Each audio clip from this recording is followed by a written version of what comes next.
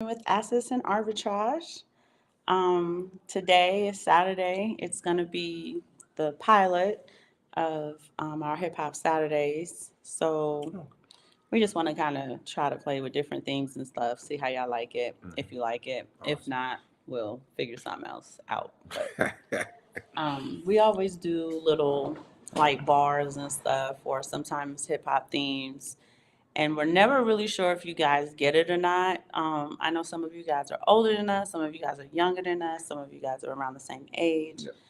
So it's a way for us to kind of get a more accurate idea and understanding of our demographics, but we will always pull it back around to Bitcoin mindsets, et cetera, et cetera. Yeah, so like we always like to start the show, always be stacking, stacking, stacking. Your sats, your ounces, anything else you invest in, always be little by little, right? So, of course, everyone knows we had a great week in Bitcoin, wonderful week. Everybody's happy, right? All the Bitcoiners are happy. Great price movement. It is just 68,000. yeah, I think that's when It's we checked doing this like a morning. little dance between I'm gonna say 67 and 69,000 all Hmm. week. Yeah, I drew a daily chart. It looks like it's coming to some kind of wedge. So we will see what happens. Hmm. Um, but yeah, be stacking. Gold. The people who are in gold, they did well this week as Yes. well. Hmm. Gold and silver. Silver didn't move as much. Usually, silver kind of pulls up behind, but still, if you have silver, you are in great Thank you. position. You're in great position. Silver is wealth. Gold is wealth. So those two also, we always, we're not financial advisors, but we always say that those are things that are good to have. Absolutely. Mhm. And that you absolutely see a return on your investment. Silver and gold obviously have been God's money for over 6,000 years. I believe it will continue to be throughout whatever iteration it comes in. Yeah. So it is definitely something that the Simon household will always be trying to invest in. Mm-hmm. Most Hi, definitely. Courtney. Thank you so much for joining us today. Yeah, most definitely. So as she said, it's God's money, it's wealth. It keeps your purchasing power, right? We always say 1 ounce of silver should buy a man a fine suit. Hmm. So right now you're up there at 2,200, whatever. Hmm. It's been a while since I bought a fine suit, but I think that that will buy you a fine suit. And I'm talking about, talking about the joint tailored, fitted. You got your cufflinks and all that. You getting busy like that. But let's get into it. There's a few people in the room. We can get into it. And so she had mentioned something about having a hip hop kind of Saturday type of a thing, and we talk about different, like she said, bars or songs and stuff like that. Oh, we got a phone call in the game, and so today we're gonna start. We're gonna start this series off with a friend of the show. His name's Cameron Giles, which you probably better know as Cameron, right? Good friend of the show. Shout out to Cameron. Uh, he had an album in 2000, and it was called SDE, Sports, Drugs, and Entertainment.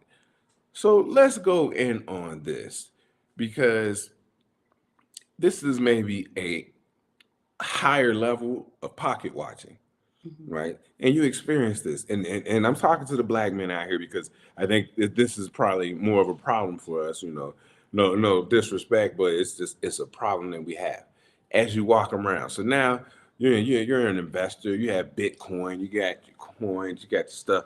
You're walking around. You're living a nice lifestyle, and for some reason, everybody thinks that you have to have gotten your money or your wealth or perceived wealth through either sports, drugs, or entertainment. And we experience this here a lot. And I just wanted to talk about it because people, I don't know if you guys out here globally, you'll experience it a lot globally because They want to know how you can live in their country and where you're getting your money from. And they'll ask different questions, and we have a problem with so we do a lot of sports and stuff, and people will ask our kids these questions. Mm-hmm. And then the kids come home and say, hey, this guy asked me, where you work, or how you get your money, and all this stuff. And then you have to go back and talk to these people and say, hey, don't be asking my my 13-year-old son about how we make money. If you want to know, if you got questions, ask me. Mm-hmm. And then I can tell you it's really none of your business, but I might give you some game, Mm-hmm. right? Mm-hmm. And so even entertainment, who do they think you are? Amara La Negra. There we go. She just outright asked her, "Are you her?" Mm-hmm. Because Very you often when they see me, got I to be an speak Spanish, entertainer. they think that I'm Amara La Negra from what you guys would know as Love and Hip Hop. But when Amara La Negra was a little girl, she was featured as a dancer Hmm. and a singer on a show called Sábado Gigante. And it was a variety show that used to come on Telemundo on Saturdays back in, I want to say the early 90s. So as I move around, a lot of them think that I'm Amara La Negra and And she, it's when she go ridiculous. out, she look fabulous and got her shoe boots on, her high boots, these heels, and some red bottoms, all this stuff. Man, I can't keep up with the with the fashion. But she go out, she look fabulous. She got all her jewelry on. So we live in a very small town. People don't really put themselves together like that, Hmm. But when she comes out, she's very put together, so it stands out. So they're gonna think, okay, she's some kind of entertainer or a singer or something like that. For me, it's more going to be the sports or drugs. Hmm. For my son, it's more of an entertainer or sports for them because they look young. They might think they're a rapper or something. Just all this disrespectful shit, man. Like we can't just be people who earn a good living, who work hard. We can't do that. We can't be that. You So, can't be business people. You mm-mm. cannot run businesses. You are not directors or senior managers. You are not in charge of anything. You either get your wealth from some type of illicit. It's never even the positive side of sports or entertainment, right? You're some type of hood rapper or you're some type of, you know what I mean? You're working with the cartel. There's a very negative light about the perception of wealth. Courtney Johnson said that she would like for us to do a show on what it takes to be the wealthiest in different parts of the world and Okay. those percentages. The wealthiest and percentages, again, I believe it would be official. Okay. So you want to know about the percentages Hmm. of, did we do that? Did I do that? Did we We've do done that? several shows on that. Okay, I can run it back. I can run it back because the perception of wealth in the United States is It's very skewed. it's skewed because if you get out here in the world and you actually look at um, your wealth, and it's two different things now. It's going to be your wealth and your income. Those are two different things as far as looking at around the world. But you could have a certain amount of wealth put away, and that gets you up in a certain category. And you could also have a certain amount of income that you make Hmm. that puts you in a certain category. So yeah, we can break that down because that's good to know. That's good to know. That's good for the arbitrage. If you have a certain amount of wealth and you have a certain amount of income, you can go different places and get that arbitrage. Hmm. Most definitely, and that's what the show was really about. It's not about being un-American and all this stuff that people try to say like, oh, well, you're not a patriot. No, no. I did my time in the military. I served in two war campaigns.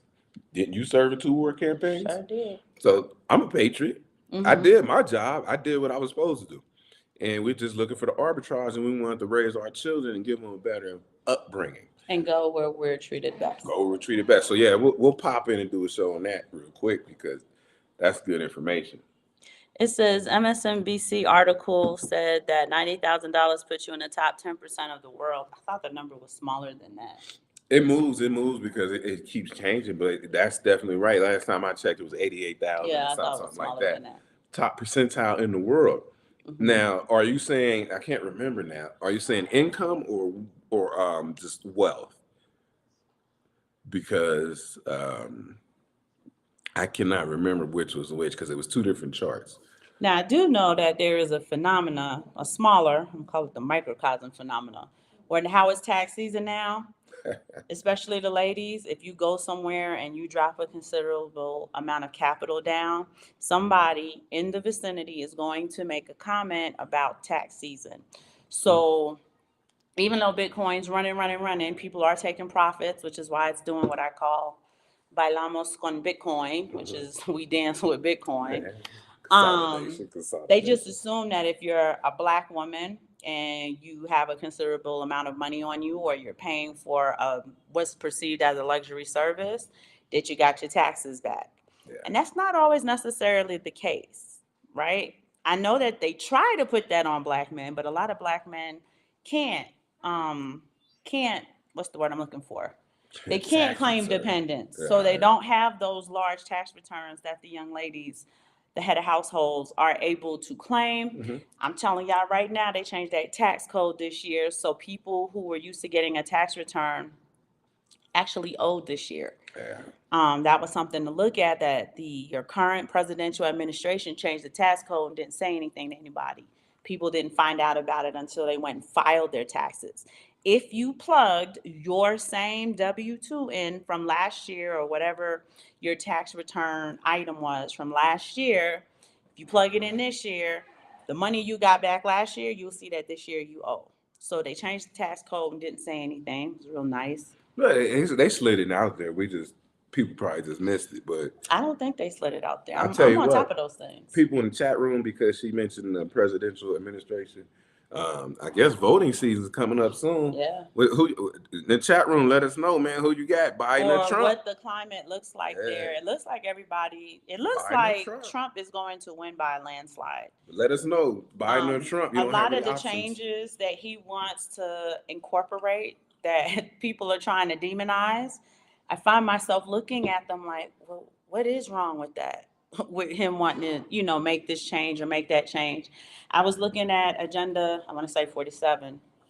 And while some of it sounds slightly ridiculous, I get the point of what it is he's trying to do, and I think it would actually be good for, um, if nobody else, the everyday Joe bag of donuts. But the whole point of our show is for us to figure out ways to get the arbitrage in life, so it don't matter who the president is, don't matter who the governor is, don't matter who your senator is, don't matter where you go in the world and who's in charge of that political machine. We want to be able to figure out strategic, methodological ways that we can run our own domains, Mm-hmm. and we don't need that type of oversight. We don't need to, as soon as something devastating happens or there's a contraction in a market or multiple markets, or a contraction in the economy, you're not like, well, what's the government going to do to help us? We don't want to live that like that anymore, right? We done with that. We want to live in a way where you are the king of your castle. You create your own economic climate through strategy, planning, preparation, Yep. knowledge, information, staying on top of those things. And economic winters and volatile economic climates do not affect your domain as it would the masses who don't really participate that way, don't really have control of their own economic climates, I'm going to call it. They don't really have control of their own households. They don't have control or discipline over the income that they bring into their house. So these are a lot of the mindsets that we want to shift away from. We Mm-hmm. want to shift into new perspective, new mindset, new information, and new ways to control our own economic climate. Yeah. Hi, Crypto Work. Crypto Work, not Crypto Work. KW1, thank you so much for joining. Malcolm Rex. Dub. It's not worth voting for any of them. That's what I'm saying. Whether you like them, love them, feel indifferent about them, Sometimes things they do may help, they may not help. But the whole point of our show is to really have a handle on your own economic climate. So it don't matter where you are in the world and who's in charge of that area of the world. Yeah. Courtney said the article you shared was from 2018. You shared it was 4,000. That put you in the top 50. Yeah. I believe if people knew that, it would change their thought process.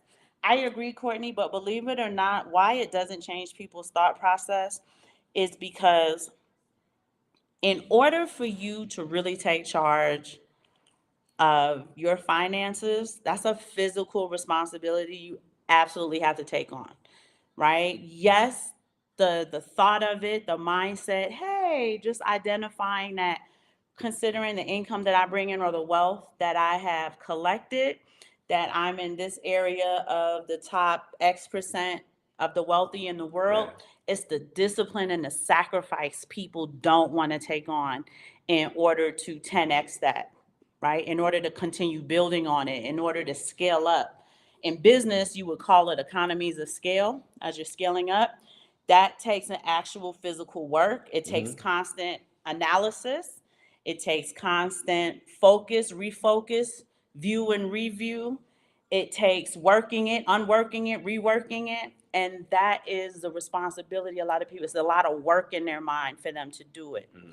It also means unlearning, unprogramming, relearning, reprogramming.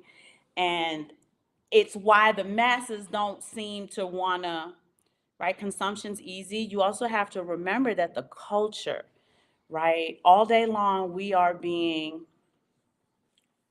bombarded with, you guys remember The Matrix? Y'all remember when you watched the movie The Matrix, all those numbers and the letters, it's really the coding would keep falling down like rain all over the screen. That's a real thing, right? Those wavelengths, those frequencies are constantly bombarding you from the television to social media to your cell phone. Everywhere you go now is digital marketing. All of those wavelengths and frequencies are constantly bombarding you to consume, consume, consume. There is a constant wealth transfer, and that's what people don't understand. Yeah. Every moment of your day, there is a wealth transfer. And it's them, whoever they are, the elite, whoever, them trying to make sure they siphon off your wealth. We also did a show, Courtney, where we talked about 1% stealing $50 trillion with a T, right? From the 99%, because it's a constant bombardment of it. There's no moment of the day they are not trying to siphon off your wealth from you.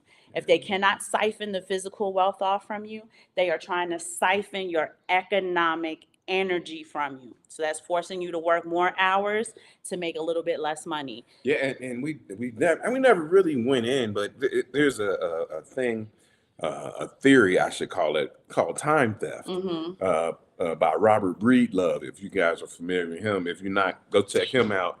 He got really good game. He's like I would call him like a Bitcoin, what's it called? What? Kind of like Bitcoin philosopher is what they philosopher, call yeah, him. Bitcoin philosopher. And so check out Robert Breedlove. Let me get it together. But he talks about time theft, and there's a chart you can do, overlay charts. So what you want to do is you overlay charts with the U.S. dollar, and then you overlay that with the New York Stock Exchange, and you can see the different changes. And what it really shows you is how your salary is losing money against the New York Stock Exchange. And so for people who aren't invested in the New York Stock Exchange, they're stealing your time because Right. they're giving you less, even though you may think you get a raise, and it also goes into your raises, the CPI. They're lying to you on the CPI, right? What Every are they day. saying? 8%, 9%. It's probably well past 20%. So if you don't get a 20% raise, then you're losing money against time. And that's why I say you put your money into something that keeps it. Bitcoin, right? So if you, I'm saying put your whole paycheck in there, but whatever you got left over, put in there so that it doesn't lose value against time. And he's got a really great article about it. It's a long read. It take about 40 minutes, but it's a great article. And he talks about how they're stealing your time. and people don't even know it. You get a 5% raise at work, you're like, all right, yeah, I got a 5% raise. But But the it's not keeping up with inflation inflation. and hyperinflation are close to 25-30%. So, kind of seeing what the game is.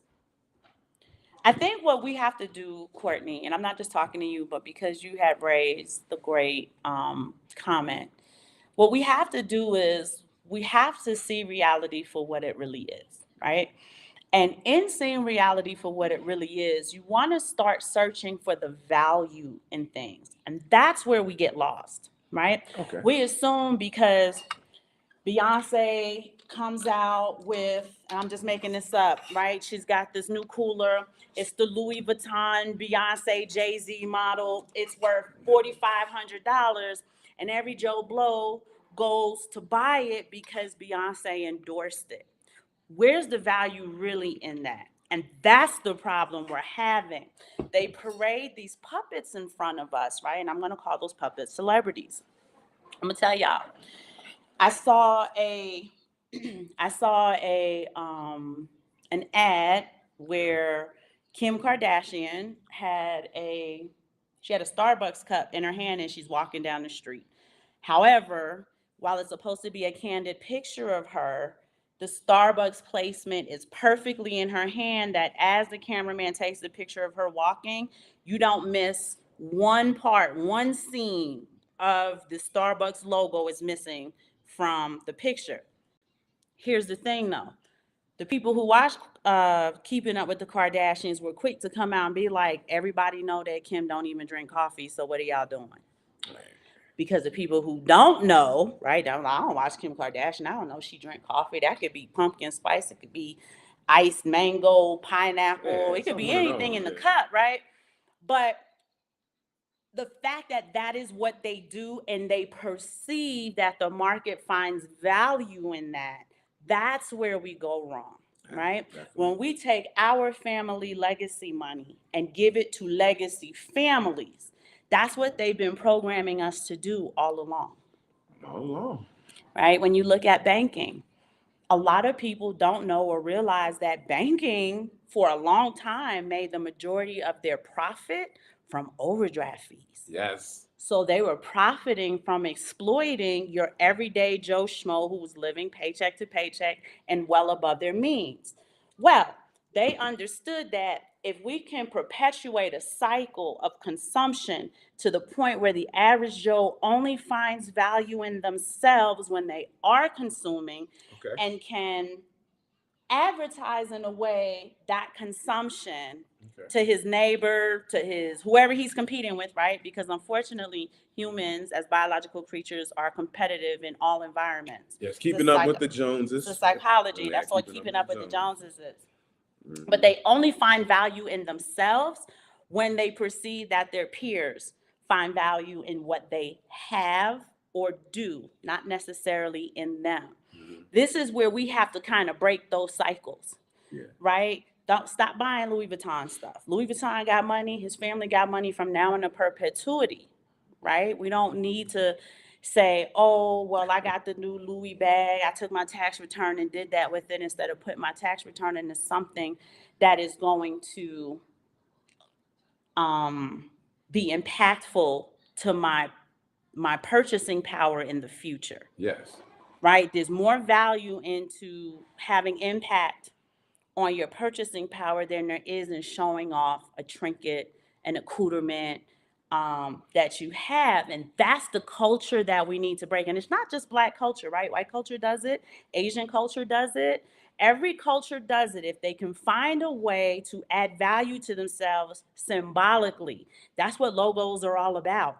Symbolically, then that they were willing to spend whatever on that thing that looks like it's going to add to them symbolically. Every now and then you'll get the right mindset who understands if I can put that value inside of me, I'll do better. Hence, people who take leadership courses, who go to wealth seminars. I'm not talking about the scammy ones. I'm talking about the real mindset shift changing ones. Shout out to my MLMers. Yeah, but I'm talking like real, like you're sitting down, you're talking with the deca millionaires and stuff, and they're telling you how they think. Yeah. When you look at real millionaires, they do not wear logos. Y'all not paying them to wear the logos. So, and she's right, because it's been a problem that they say, especially young black people, like to wear their wealth, right? So you see somebody with a gold chain, a gaudy gold chain. I guess I'm talking about a rapper. That would be more valuable if you took that gold and had it in a 5-ounce bar, 10-ounce bar. Absolutely. Because when you go to turn that in, you don't get the real price. You don't get spot price, because it like you said, it's been what, depreciated. It depreciates as soon as it leaves Jacob's jewelry store, and I'm being obnoxious now. It depreciates in value. You notice that women who have a significant amount of money, their jewelry doesn't look like that. No. It's not custom piece like that. Two, here's the other important thing. When we talk about sports, drugs, and entertainment, they use sports, drugs, that drug culture, right? Because it permeates into entertainment and sports when you think about it, right? They kind of mix. In order to be that symbol to say you want to be like us and do what we do, right? When the people who are holding those strings, y'all know who they are. We don't have to say it. They don't do that. Yeah, put it in the comments if you know. They don't do that, right?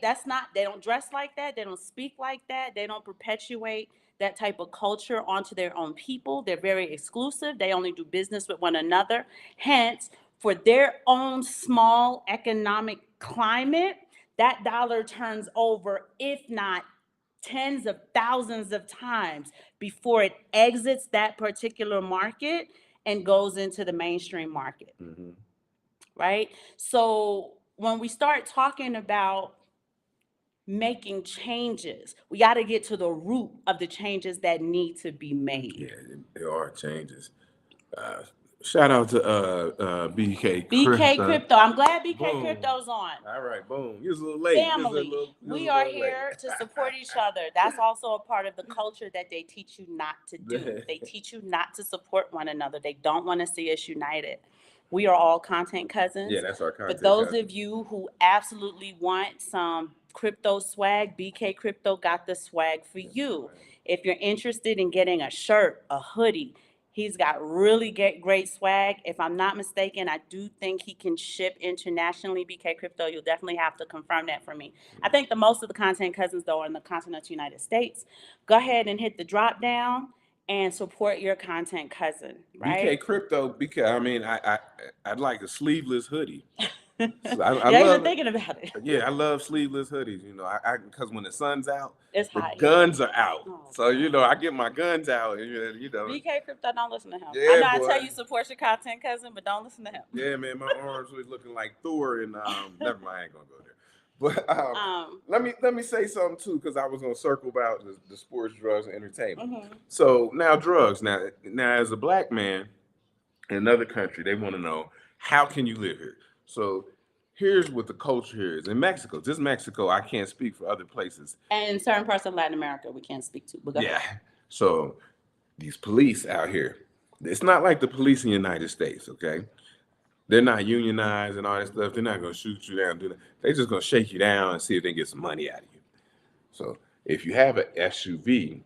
Already, that's the issue, because cars are expensive here to the average person. So if you have an SUV, they're going to pull you over. So here's the thing. We have a couple SUVs, and I really don't drive anymore. I let our eldest son drive. Our two oldest sons drive now. They do the majority of the driving, and we run a buddy system style. Yeah. So the two buddies sit up front, Sean and Reginald. Mom and dad are buddies. We sit in the back, and then the two little ones who are buddies, they sit in the third seating. Right. So I don't drive, so I sit in the back, like she said. I'm rolling, so the last time we got pulled over by the police was the two-lane street. I just looked at the police officer, he looked at me, and then Sean kept on driving. And as soon as he got in front, he did the whoop, whoop. But he did the thing. Pull over. So here's the crazy part. Now they pull us over, and none of the police officers go to the They driver. never approached Sean. They came right to my to window. his window. Yes. So they're already looking like, oh, he must be something because he's got a driver. And so I get out the car so I could talk to him a little bit. But we know the police commissioner. So we hand him the police commissioner's car. I said, call him, see what's up. He called, boom, he came back. He was like, lo siento, lo siento, lo siento. But that only made it more suspicious though, right? To be honest. Then he went and opened my door for me. Yeah, he opened the door. He said, have a great day. He ran around to open my door. But that only made him more suspicious because I can see the look on his face. But they never once went to the driver. And they never talked to Sean. And they pulled us over for nothing because we're just driving down the street slow. And so that's what I'm saying. They think you're part of a cartel. Why are you here? You sit in the back seat. You got a driver. You must be a jefe or something. And they always look at your shoes. So that's weird. They on top of my shoe game all the time. But they think I'm a jefe. Yeah. And so that's part of it. They probably think I'm a Danya now that I'm thinking about it. That's part of it. That's the drug part. The average person here, and we're talking about mindsets, right? And that's all I work off. I do a lot of anthropological study, even though I don't have a degree in it or anything like that. But I study human behavior. Yeah. Where I live here, it's a very, what they will call tranquilo. For my people who speak Spanish, I'll understand tranquilo is tranquil, it's calm. The average person wears sweatpants, hoodies, right? We are in the mountains. It can get a little bit chilly in the morning, gets really, really hot, and then it gets chilly again. So, like, it's not like the United States where young ladies dress up and they got their makeup on, they got their nails done. So, unfortunately, I stick out like a sore thumb, but it's important that I put myself together like this. This is my uniform. This is Erin's uniform. If you call Erin 4 o'clock in the morning on a Tuesday, she's dressed up and done up like this until she go to bed 10 o'clock at night, right?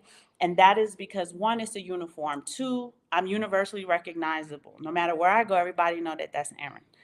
3, I am treated way better than other people, right? When I travel, I'm dressed up like this. I'm treated very well by stewards. I'm treated well by the airline staff. Very often, I get great offers to bump up my seating to first class. Like, I do that on purpose because I'm going to get a great discount. When we get to the desk, he just stands off to the side. I'm really her really security. I should go on Amazon and get a shirt that says security because that's really what I am. I'm making sure that she is being treated well. But right? Because she stand out. Right. There will be people, when I say people, I say men, who may want to say something or, typically, no, they typically treat me with respect, but they're always offering me something. So we'll get great discounts on first class, which he needs because he's very tall.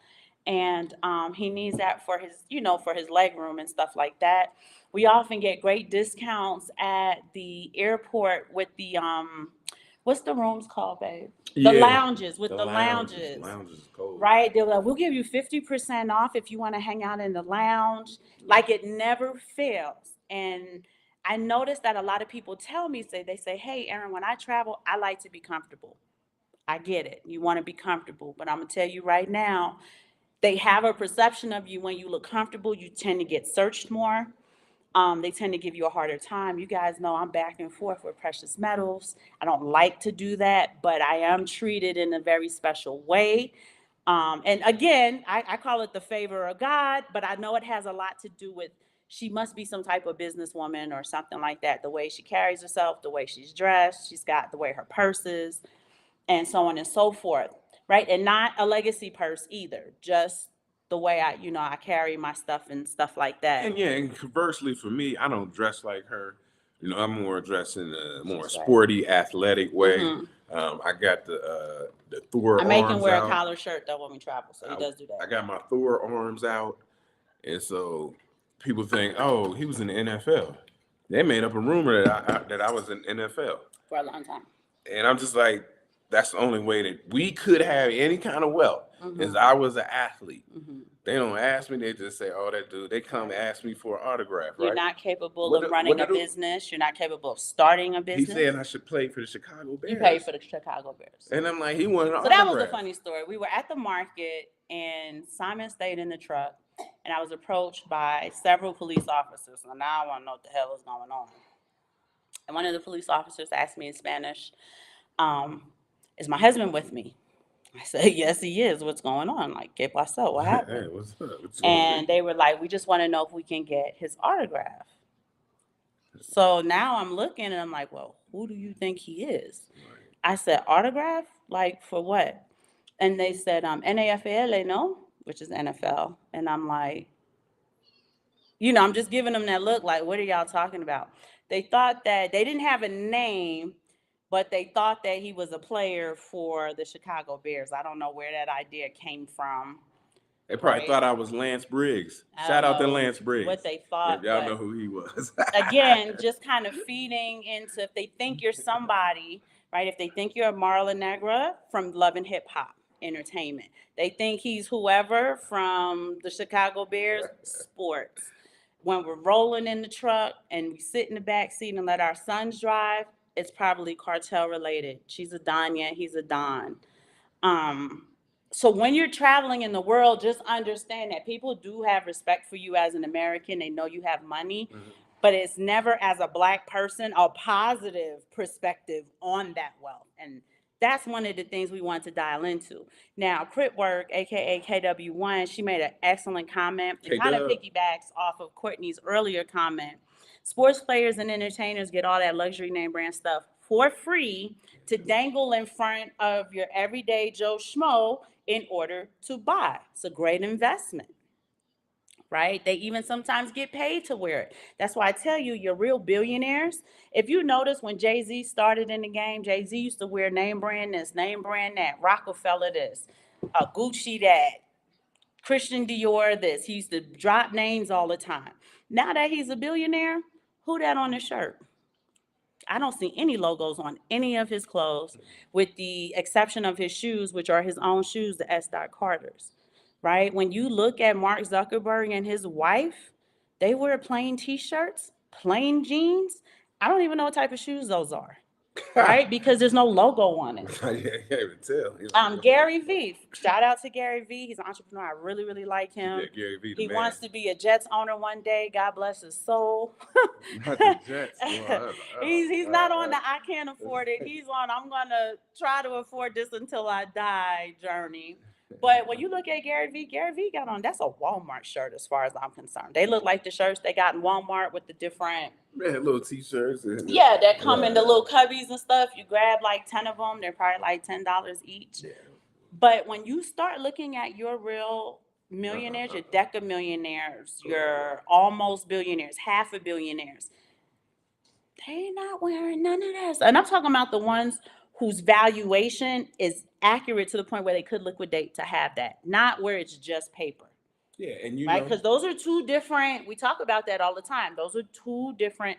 Those who are tied heavily to corporate wealth, it's a whole different juncture, right? They're not allowed to say certain things. They can't do certain things. That's why you don't hear them say nothing about Bitcoin. Is why when people approach them about cryptocurrency and stuff, like, I don't know nothing, right? Yeah, they don't know nothing, but they secretly. And we see that though. We see that they're secretly hoarding it. We see how much BlackRock has. We see how much Fidelity has. You saw what Grayscale has. The U.S. government, which are your main perpetuators of demonizing Bitcoin, have 215,000. You gotta tell me. I want to say 200. You have to fact check that. 15,000 whole coins. I think I said it on a couple shows. I want my internet fact checkers fact check me, but I'm gonna look it up when we get off the show. They had just a little bit more than Grayscale, Fidelity, and BlackRock. So. And also with the Bitcoin, because I talked about this on the show a long time ago. We did a show about pocket watching, right? And I used to wear Bitcoin T-shirts for the reason of trying to spark conversations and interest to different people. But what I noticed is it backfired, and it's just people pocket watching you, saying, oh, you got Bitcoins. And so now they know, and they see, oh, Bitcoins is this amount of money. And a lot of people don't really know anything about Bitcoin. They don't know that you can buy it in Satoshis. They just think you got to buy one coin. So you got coins, and they're just looking at you rich. They pocket watching. They think they Chuck E. Cheese coins. Yeah, so I'm like, what? So I stopped wearing the shirts. I did stop wearing them. So especially when we went to Mexico City, because Yeah, I that's stopped really wearing where them. we were trying to be a part of the Latin American Bitcoin crypto network. It's a little bit harder for us to do it because we don't look like them, and they typically don't trust, for good reason. They typically don't trust Good A, Americans, Europeans, but B, people who don't look like them, because they typically come here to exploit exploit. their poverty. So we get it. But we did notice that the effect we were trying to have wearing Bitcoin swag and stuff in Mexico City in particular, they don't even know what it is here. They'll think that's the Bitcoin you're wearing on the shirt, and it's their own Aztec symbol. Yeah, they know something. Yeah, so we didn't get, and we get it, right? Because we're not amongst our own people here. We got to figure out a way to. I mean, and we linked up with Lori Lori Bitcoin. Bitcoin, who she has a great network in Mexico City, And she's doing a hell of a through job Latin America. through Latin America. And we try to link up with her from time to time, and just gets updates on what's going on here in this region, because we don't have the same ability, because we can't. There's certain, like, say for example, certain exchanges that we can get on, they can't get on. A lot of people like to use. We have access. They don't have access to. Use Cash App for their Bitcoin and stuff, but you don't have Cash App here, so that's not an option for them. So there's different exchanges they have here. They have their own version of like a Fold card, and those different kind of cards where you get Bitcoin rewards. So we just tell them about the Bitcoin, but she's the expert where she can tell you where to go. This Exactly, exchange, yeah. And she has the experience because she utilizes it. Yeah. One of the main challenges that they have here, I think President Bukele is doing a great job in El Salvador. I always want to shout him out. But here in Mexico and in a lot of places in Latin America, their biggest hurdle is the unbanked. They don't even understand electronic banking, much less digital banking, right? The majority of places where we go here, and I'm going to answer your questions, you guys. I'm not missing y'all in the chat. Is a lot of places we go to are cash. They don't even have a square for you to, or what they call here in Mexico, they call it a terminal. They don't even have terminals. They don't know how to use the terminal. I can't tell you how many times, and we use the same 2 gas stations. We only got 4 of them in the little town we live in. And you bust out your debit card and they don't know what to do with it, right? They're looking at it like it's some type of witchcraft, and they don't know how to proceed in this business transaction. Now, the struggle we have is that the terminal they had died. I don't know why they can't get a new one, but for whatever the situation is, it died. So the terminal they have, as soon as we pulled up, they said this new terminal is not configured for dollars. Yeah. Meaning you didn't purchase the international plan through BBVA is what you're telling me. Yeah. And I don't even know if they understand that part, because it's just, they're different plans that you purchase through the bank in order to pay the merchant fee. Anyway, to be a consultant in Latin America, I would love, that would be my dream job, to be a business consultant here. Hey, so we have to pay for all of our gas through cash. Little things like that, those are huge hurdles. They're little things, but they're big, ginormous things. In a globally digitized world that's growing faster and faster and faster, those areas, large, huge geographical regions and boundaries, are going to get left behind if they don't figure out a way to join us in the 22nd century. Yeah, and people don't realize, I mean, I was speaking in Mexico, I'm speaking on Mexico only. People don't really realize how large of a country Mexico is. It's ginormous. It's a lot. I think 220 million. So it's not as big as the United States. But the thing is, they got a few large cities, and then everything else is rural. Mm-hmm. And like we said before, they don't really have suburbs. Right. It's either city or it's country. It is. There is no suburb. There's nothing in between it.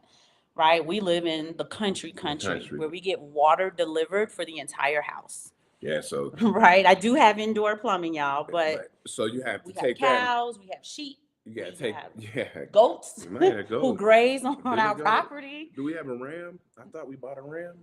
Yeah, but he died. I mean, he was No, he old though. didn't. Yeah, he passed Yeah, I away. don't remember him And dying. they breeding Nobody him. told him. I guess I knew. Nobody told me about Tino it. knows. Oh, okay. But they Wow. breed them, so that's where we got the little babies from, Oh, the okay. calves from. I didn't know he died.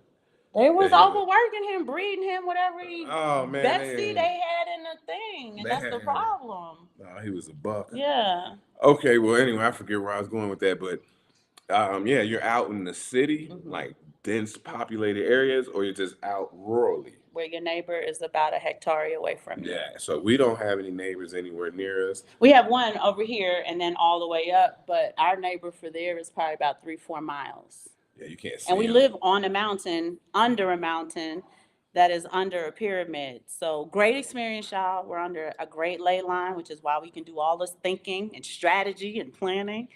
And that's why we tell you guys, travel outside of U.S. Yeah. airspace. And if we go shopping, like we like to shop on a daily basis, go fresh to the market. We have to. But if we went and just Don't have like a put choice. stuff in the freezer for like 3-4 days and just stayed home and didn't need to leave the house, we wouldn't even see no people. No, I've done it before. I don't see any people. Nobody walking their dog, nothing. It's just mountains and it's nice. It's a refreshing experience, especially if you're used to living in densely populated areas. You know, it also gives as she was talking about earlier with the vibration and the ley line that we're under. no, well, not the ley line, but the vibration. There's no people. Like you live in apartment buildings. You can think. Stacked. Yeah, they're stacked on top of you. And, you know, it's not all that. There's no real egregor. It's quiet. It's quiet. Right? It's not. Sometimes we get the loud music when they want to play. Yeah. When they They're, party, they party. It's mucho coming. hornos. It's coming up. It's coming up. This Party season's coming next week. But yeah. I just want to run back to the whole point of the show with sports, drugs, and entertainment. We want to dismantle that whole paradigm, right? We want to dismantle the idea that you have money because you are either a professional athlete and they let you have money. And you always hear the professional athletes complaining that it's a big, huge, gigantic plantation. A drug dealer, which you're absolutely not, right? People ain't even doing drugs like that anymore, not Black people. And the entertainment, right? The entertainment that we have, that we consume as Black people is toxic as hell, right? When you start looking at other cultures, they do not feed their people that entertainment. TikTok in China is only for educational purposes. It is not the tomfoolery with a new stupid dance or a new stupid trend that comes out to distract you every New Year's, every new moon eve, right? Because that's just about every 28 days. So, our show is about pulling out of the world, leave the world behind, come into your own domain. It takes a king to have dominion. That's why it's called kingdom, right? A king has dominion over his own household. There you go. Whether you are a king or a queen, or you are a queen who is serving under a king, don't be ashamed to say that. That is God's way. Right? You want to be able to create your own economic climate. You want to create your own culture. You don't let outside culture determine how you spend your money that you worked for, that you save, that you take profits from. Don't let the outside culture determine that. You determine that. You are the king or the queen of your own domain. You don't let a presidential candidate A, B, C, D, E, F, or G determine your economic climate and your economic future. Right. You determine that. Mm-hmm. Right? And once we start pulling down these strongholds, these thoughts, and we start making them obedient, you will see you'll have the up leveling that you've been waiting on. When you are willing to be committed and disciplined to your vision, to your plan, to your goal, write it down. Write it down and look at it every day. Say it to yourself, recite it to yourself. Go in the mirror, look at your reflection, and say your economic vision to yourself. Yeah. every day and stick by it, you're going to get that up leveling you've been waiting for. Yeah, and like she said, you know, if you write it down, other ways, vision boards. People like to keep a However you vision need to board. do it. However you got to do it, just make sure you do it, and continue to stack, and even if you can only buy $10 worth of satoshis, just that's chopping wood. But Just get ask it. yourself, Let's get it. right? Say, how can I get from whatever your Bitcoin inventory is now, right? Let that be specific. So look it up, write it down. How can I get from this number to become a whole coiner within the next 12 to 18 months or 12 to 24 months? Don't go past 24 months though. Yeah. Right? You determine the period. Y'all like using the AI to play with avatars. Everybody got an avatar on Facebook. Everybody got avatars for this, that, and the third. Use AI for something constructive. Ask AI. Put your question in there and say, AI, what are some methods? Please give me 50 solutions to becoming a whole coiner between now and 24 months from now, or 18 months from now. What are some things I can do to move towards being a whole coiner? Yeah. And let AI give you the 50 solutions and start trying to implement some or all of the solutions. Yeah, like we talked about in the 12-week year. In the 12-week year, yeah. And you chop it up. You got a whole plan there. For, you know, for the people we just talked to, we're coming up on the 12-week year. This is year one. It'll be April 1st. That we'll be going into the second year, right? Yeah, and I keep hearing people. people saying, oh, Bitcoin 69,000, I can't afford that. You want to be the one to say, how can I afford that? What are some things I can do to get closer to becoming a whole coiner in the next 12 months, in the next 15 months, in the next 18 months, in the next 24 months, right? AI give you 50 ideas that you can just start running with. You don't even need to use your own brain juice with it, right? I play with that little thing. I hope it's not a demon I'm talking to. Pause. I really do. But I do. When I use my brain juice, and then I say, okay, AI, I do 20 solutions by myself. Then I take that same question, I plug it in, and I say, now you give me 50 solutions. And those extra 30 solutions typically are great ideas that Simon and I will sit down and start trying to figure out how we can implement. How can I get from this price point of income to this price point of income in the next 12 to 18 to 24 months? What are 50 things I can start looking at in order to get to the breakthrough that I've been waiting on, in order to get to the up leveling that I envision for myself? Not my family, I love you, not my husband, not my mother, right? How can I get to the vision that I have for me? What are some things I can do to help my legacy? Because my job is to help him in the legacy building. That's my job. Right? He has vision. I don't. I'm very honest about that with y'all. Y'all think I have these great innovative ideas? I don't. Now, what I do have is, like the earth, I am a full womb. What does that mean? Aaron, you're more than your body. No, I'm not. Physiologically, God designed me that whatever seed he puts into me, I need to grow something. Grow something.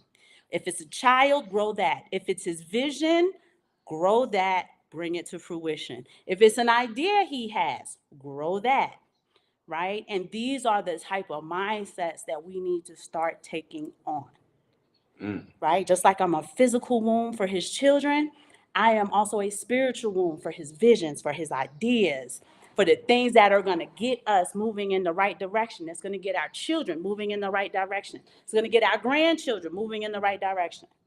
This is where it starts. And had our great-grandparents had that type of foresight, vision, forecast to determine their own economic climate, we would be decamillionaires by now. Yeah, so we got to start it here with us. Start it right now with us and push it down the line. We teach our children that, and then our grandchildren will be taught that. But it's also the breaking of generational curses. Yeah. One of our generational curses is superficiality. Yeah. Right? Black women, we tend to think that our value is in the names that we wear. My mother and my grandmother used to always talk about, I got this china plate and I got this silver. My mom's got real silver, not tableware, flatware. Thank you. And she's always telling me about it because she wants me to take care of it when she's gone and stuff like that. And they took value in all of that. And while there are things you can pass down that do have value, we want to add to that the mindset to gold. Yeah, because that's superficiality. They would spend their last dime so that they can tell their girlfriend that they have 1,000-count Egyptian cotton sheets. Like, stop. Put that in a IRA or something. Stop it. Yes. Oh, man. Right? So we want to break some of that generational mindset. If your family doesn't suffer from that, God bless you. Yes. Right? Simon and I are well aware of a lot of the generational curses. They can only do what they can do. They only did what they knew to do. We know better. Right? We spend time with the Most High. What are some things we need to be working on, Lord? Work on your superficiality. Done. And superficiality, we're going to do a show on that because I have a big... It eats into your wealth. I have a big problem because the perception on so-called blue-collar workers versus white-collar workers. That. Yep, there's that. Because that's superficiality time. Like, well, you know, I want to go say my daughter's son is a doctor and all this stuff. No, we're going to get into it, man, because blue-collar workers run the world. And I'm going to get into that, man. We're going to go in hard and pause. I want the people to let me know if you're blue collars or whatever. We're going to go in, man. They got to respect the blue collar workers, man. Courtney says something hilarious. I'm going to get to your comment, Courtney, because you're cracking me up today. Phantom Beat said, hey, everyone. Will 45, thank you so much for joining us. What's up? Crypto Hoops wants to know how long we've been in Bitcoin. So we've been in Bitcoin, more Bitcoin than crypto since 2013, 2014. 14. That's 14, when he was in there, 2014. I didn't really get into it until about 2016, 2017. I had to talk her into it. She's like, what is this? I didn't know what it was, y'all. So I worked her into it. I got her into it. But that's what I just said. He put the seed in there and it grew, and it's a beautiful tree right now, y'all. But Crypto Hoops, just in case your follow-up question was going to be, because I didn't get to answer you right away. We've been here in Mexico since 2017. And we're going to talk about flag theory. We're going to do another show on that to follow up. Yeah. We're writing a book we are writing for you guys a life portfolio series. So everything that we talk about on the show is going to be condensed into what I like to call a manual that you will have in black and white. And the first of the series is going to be the expanded five flag theory. Okay, and where we talk about not one country should hold all of your intellectual property. It shouldn't hold your fund. It shouldn't hold all of your monetary wealth. Different parts of the world should hold these different aspects and areas for you. So we'll definitely do another show on that. Courtney, we're absolutely going to add the wealth into that of all of where in the world your wealth ranks. So we'll definitely add that in there. Crit works at Skechers, so I'm guessing. Who's wearing Skechers? What's his name from Facebook? The robot, yeah. Crit Work, aka KW1, doesn't wear her Bitcoin swag in public anymore. It had the opposite effect, right? And that's the anthropological study we're talking about. It had the opposite effect. We thought it was going to attract like minds or curious minds. We don't mind doing the what is Bitcoin here in Mexico, right? We get it if you didn't know what it was. I'm going to use to the best of my ability. I don't have technical Spanish yet. I'm working on it. But we were willing to engage as conversationally as possible.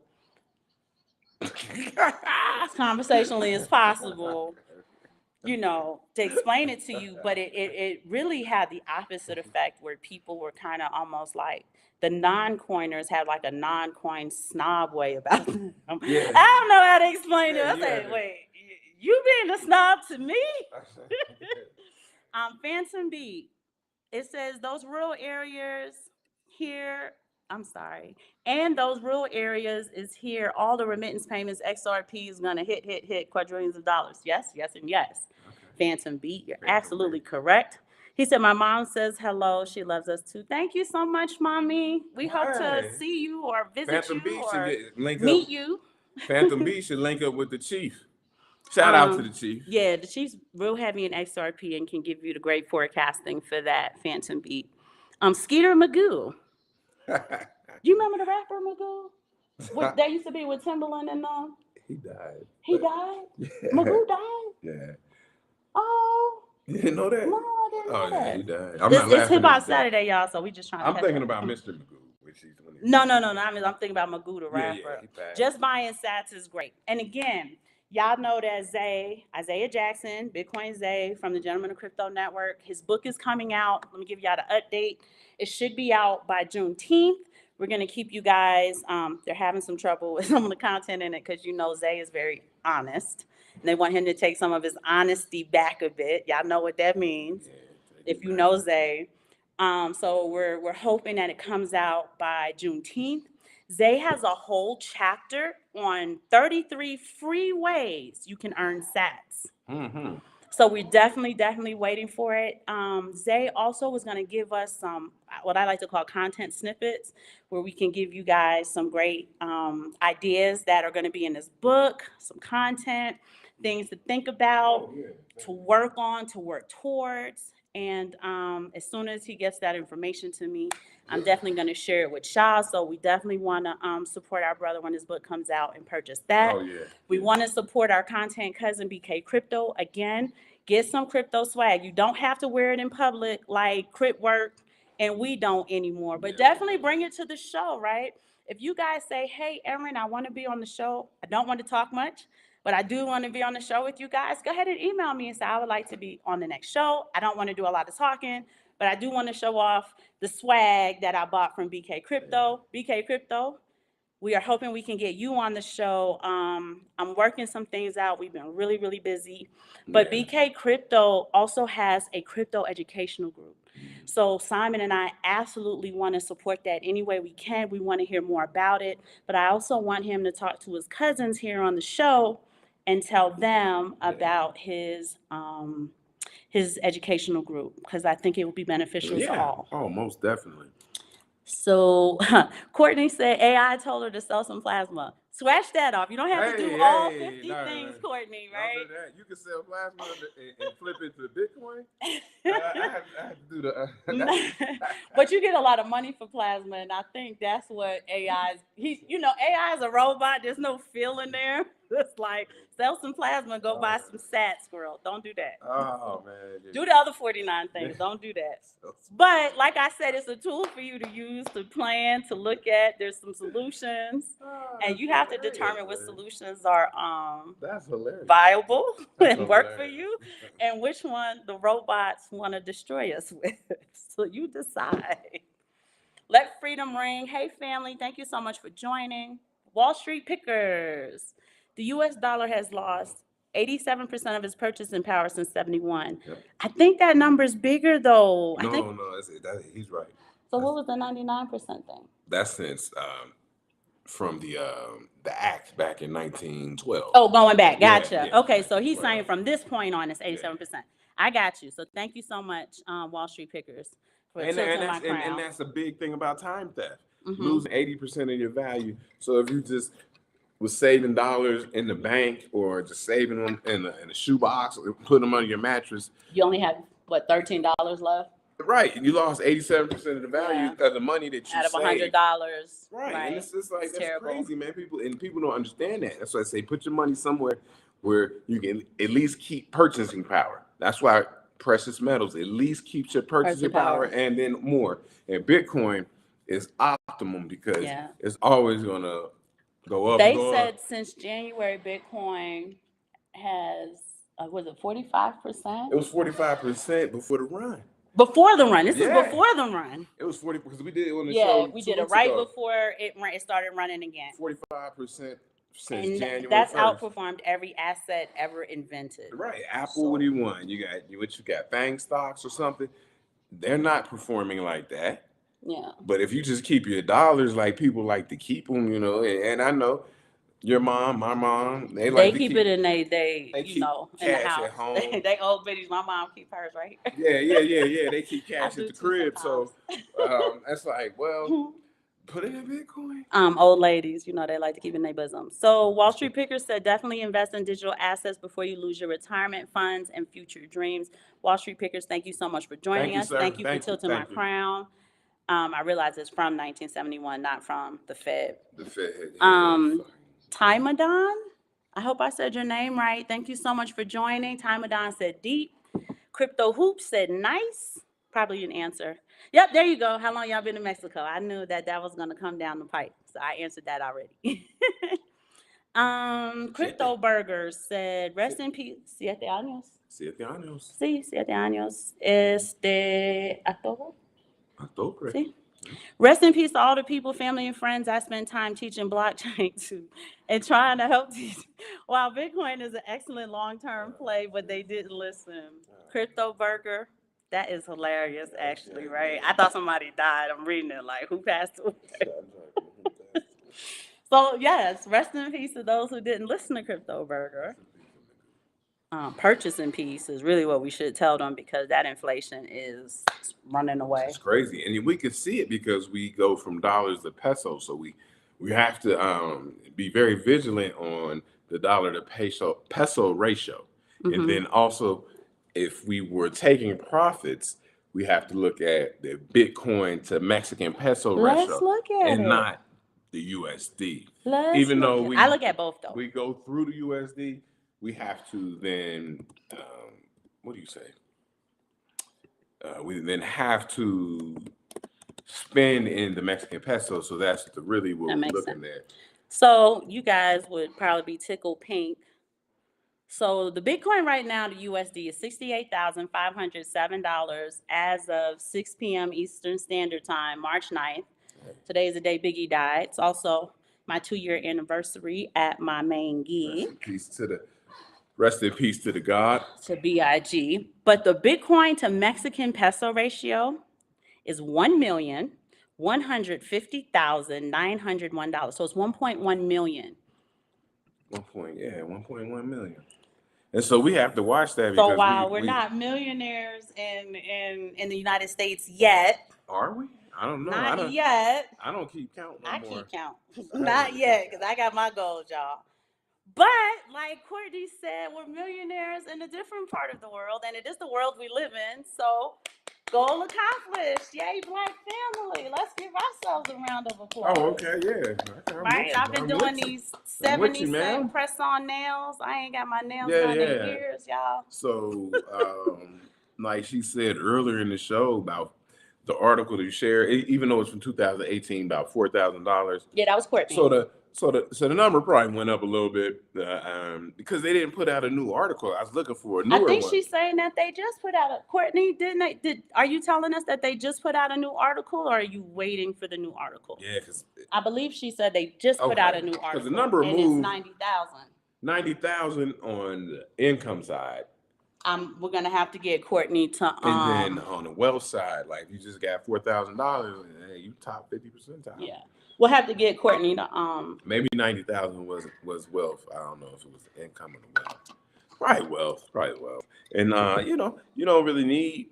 But Courtney, in America, love, if you're still on, please clarify for us if the article A is new and B if it's 90,000 in wealth or in income. Yeah, I'm pretty sure it's. Because they do the income indexes too, so we don't want to be confused. Yeah, I'm pretty sure it's probably 90,000 in wealth. Let Freedom Ring said, "Congrats, yay!" I want to be a U.S. dollar millionaire though. Let Freedom Ring. You're probably getting close. That's the goal. I don't know. That's the goal. When you have 4 children,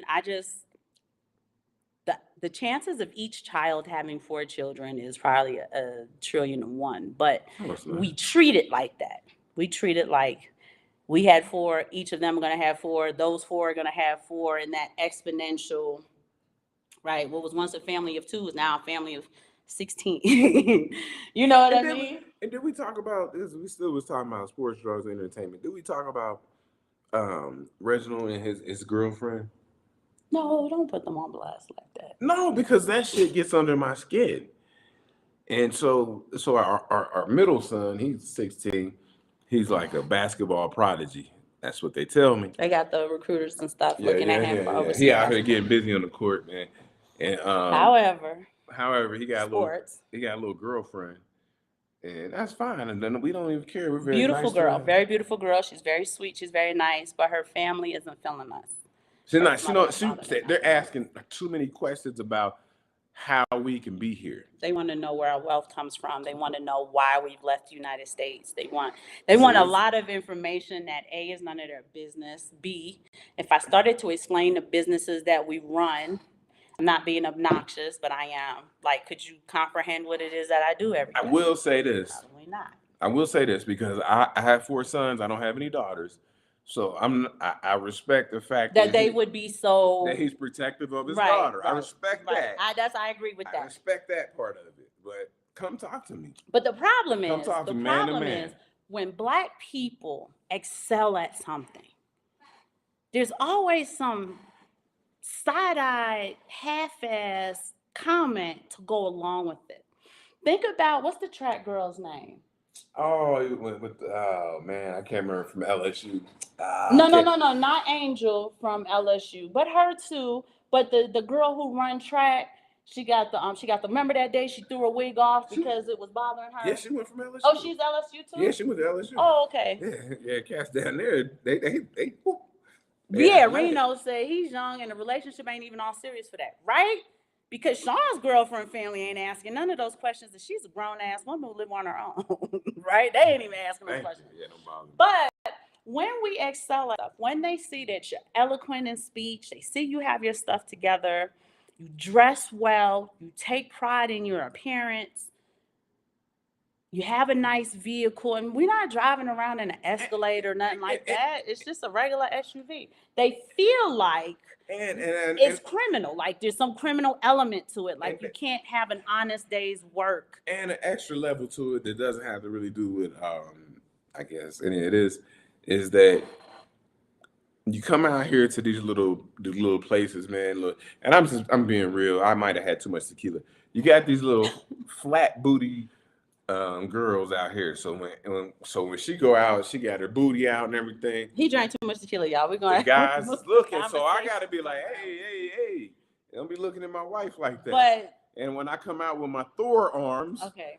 Thor arms. I've been working. Y'all don't listen to him. Shikari, thank you, Will 45. Shikari, I couldn't remember. Shikari Richardson. Yeah. Right, y'all remember when she lost that one race and the whole world turned against her, and then she started winning again, and the world was back with her. She lost to the Jamaicans, remember? Yeah, that one lady. It's like when you're excellent at something, it never comes with full goodness. I remember Michael Phelps. That is a weed head if I ever saw one. But because he can swim, everybody is like for him, right? Don't nobody call him a weed head or nothing like that. They had all of that smoke for that little Sha'Carri Richardson, and she's excellent. Simone Biles, she's excellent. Again, though, this is all sports, right? We love and that's sports. who they highlight. Unfortunately, they don't highlight Black businesswomen. They don't highlight Black businesswomen with fantastical mindsets. Yeah. They're gonna highlight the people that they want to have that narrative for. That if you're excellent, you're in sports or you're in entertainment. Do y'all know Sexy Red got rapper of the year? Come on. Sexy Red got rapper of the year. Come on. What about Nasir Jones? No, but for the denigration of toddlers, they gave you an award. That's crazy. Right, that's not excellence. Let me. I highlight excellence in the sports arena. I'm not going to highlight it in the entertainment arena because it is a denigration of our community, and they give you awards for it. It is. That's terrible. And who gave the award? Who gave the award, I should say? I don't know who gives that award. Who gives the award to rappers? It's got to be Billboard. Billboard or something? It's got to be Billboard. They're the only ones who can give you, or the Grammys, but it wasn't the Grammys. It wasn't Grammys. Because I remember Jay-Z went up there on his rant about his wife never getting album of the year. So I'm not sure who got that. Albums, and I ain't even going to go there. Let me ask you guys a question. No, not ask a question. Courtney said you got to keep them Thors in check. The what? Your Thor arms. Listen. They don't highlight our genius. No, they don't. Come on. And I'm not trying to bang on you Black women because I love you. But when she's talking about business, it can't be MLM type stuff, right? But it always is. But we got to move a little bit away from that and have some real business excellence like she does. She has business excellence. And I don't ask y'all for a dime. She has business excellence. I ask y'all to support each other. I don't even ask y'all to support us. There's so many people working for Prime America saying I'm some kind of financial advisor or sell insurance and these things. We're like, not that. We're talking about business. Like we handling business out here. And as y'all content cousin, y'all see how hard I go to advertise y'all, to celebrate y'all when you have something. If you bring it across my email and I start looking into it, I'm like, oh, I like how this sound. I told you I went on BK Crypto's website. Go on there. You sitting there, you can listen to us. You don't need, we're not doing anything that you need to see. Go on the website while we're sitting here talking to you. Look at his swag.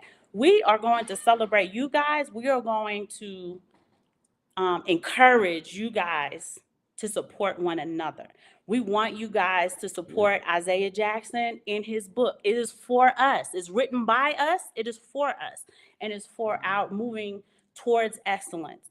I don't ask you guys to give us any money. I don't sell y'all anything. We do have a book coming out. We kind of thought it would benefit you guys, not even like for the sales or anything, but It'll be all right. You know, a lot of times when we come to each other with an agenda. That drives me crazy, right? I like to know that we as a community support one another without an agenda. BK Crypto is not paying us to advertise this swag. We are not expecting anything in return. We want you guys to support one another. Isaiah, same thing. That's our homeboy. We believe in what you're doing. We believe in your content. We're going to push your content as a resource, not because we're getting something under the table for it. And we have to start doing that as a community, doing for one another without reciprocation, right?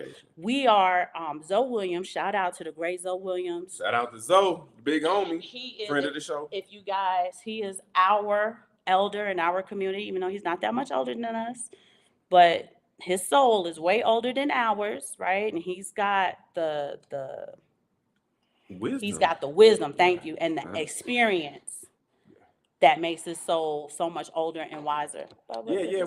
We often speak to people like Zoe and Bitcoin. But I want to make a point about this. Zoe often talks about the Black community being sheerly transactional. Where you would only do something for somebody if there's something in it for you. Right? We don't get paid to do this show. We're on the Gentlemen of Cryptos Network.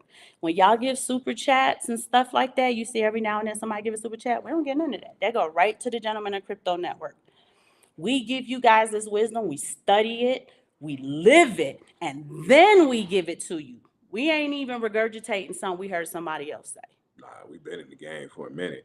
And also, like she said, when you talk about being transactional, that is a level, if you want to be more metaphysical, of desperation, right? So that's desperation. I can't do anything for you. And divisiveness. I can't do anything for you unless you give me some money. Unless you do something for me. Or give me something.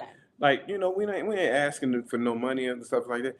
We just giving of our time so that people can have a different purview and but two, it's something that we always say we're scientists, right? I'm not making that up. Do I have a degree? He does have a degree in science. He does. I do not.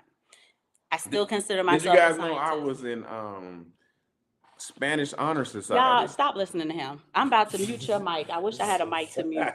I was though. He got the worst Spanish in the house. Tino got better Spanish than him. I was in Spanish Honor Society. I'm his unpaid translator. But we don't come to you guys with anything that we ourselves have not tried and tested and saw success.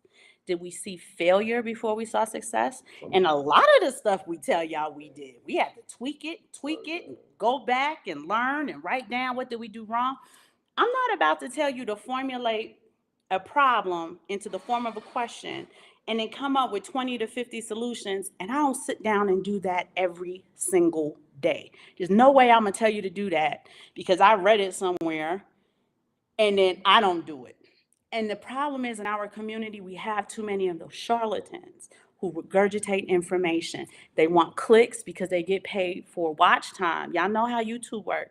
If you get X number of views, X number of hours, YouTube will send you a check.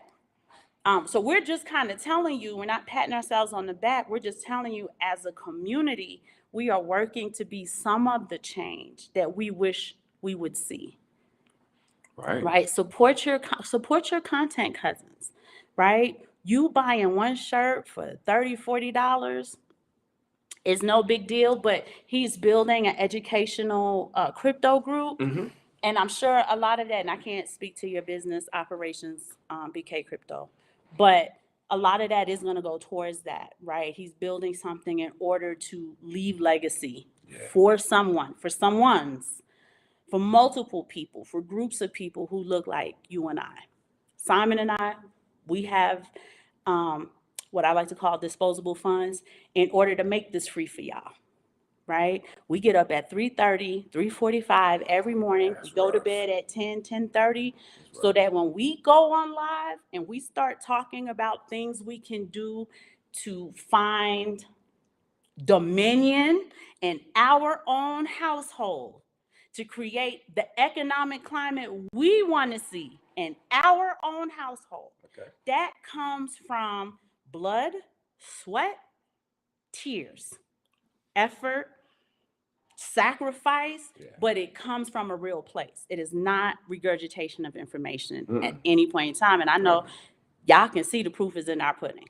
If I didn't say anything else to you, you would be like, when that woman talks, I believe what she and her husband are saying. Yeah, and like we say, I can feel it. And when we catch something, we always cite our source and say, yo, so and so put us on to this game, check them out.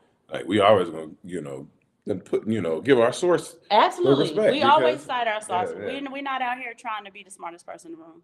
Nah, right? At no time, I tell you, Zay taught me this, and Zoe, we talk about Zoe Williams all the time. Yeah, Zoe, man, because he's a Black philosopher, and not to mince my words, but that would be the best way to. He has studied relationships. He has studied. He's a relationship expert. He has studied. He's probably an anthropologist. To study the relationship behavior, the behaviors of trauma and stuff like that. He's one of the greatest scientists I ever knew. Shout out to Zoe Williams. I probably need to tell him that. Zoe Williams, I'm gonna email you. To tell you, you're one of the greatest scientists we ever knew, right? But when I talk about a transactional society, because he was the one who kind of made it click in my mind. Transactional communities is what I should say. Yeah. Where the man and the woman is always in a transactional relationship. Unless you can do something for me, I ain't doing nothing for you. Well, no, because let's break it down to what it is. You take me out to eat, I expect some sex. That's the transaction, right? And that's what it. Without you got 12 kids, you got more sex than you could have ever had in your whole life. Without mincing words, that's what the transaction is. But it's divisive, and you see they're really pushing that rhetoric. Why is that divisive? Because our community, like I said, wasn't designed for transactional. It was designed on sacrifice, and it's what you don't want to sacrifice something and know that there's a potential that you won't get something in return. Right? When I met him and he met me, this was before social media, right? This is like, he can't send me a text message. He got to knock on my dorm room door and talk to me, right? And vice versa. I got to knock on his dorm room door. This is the military, not college. In order to talk to him, we had to take a chance on one another. And we had to pour into the other without the expectation of reciprocation. Right? And that's how we were able to build the family that we've come to know, love, and be proud of.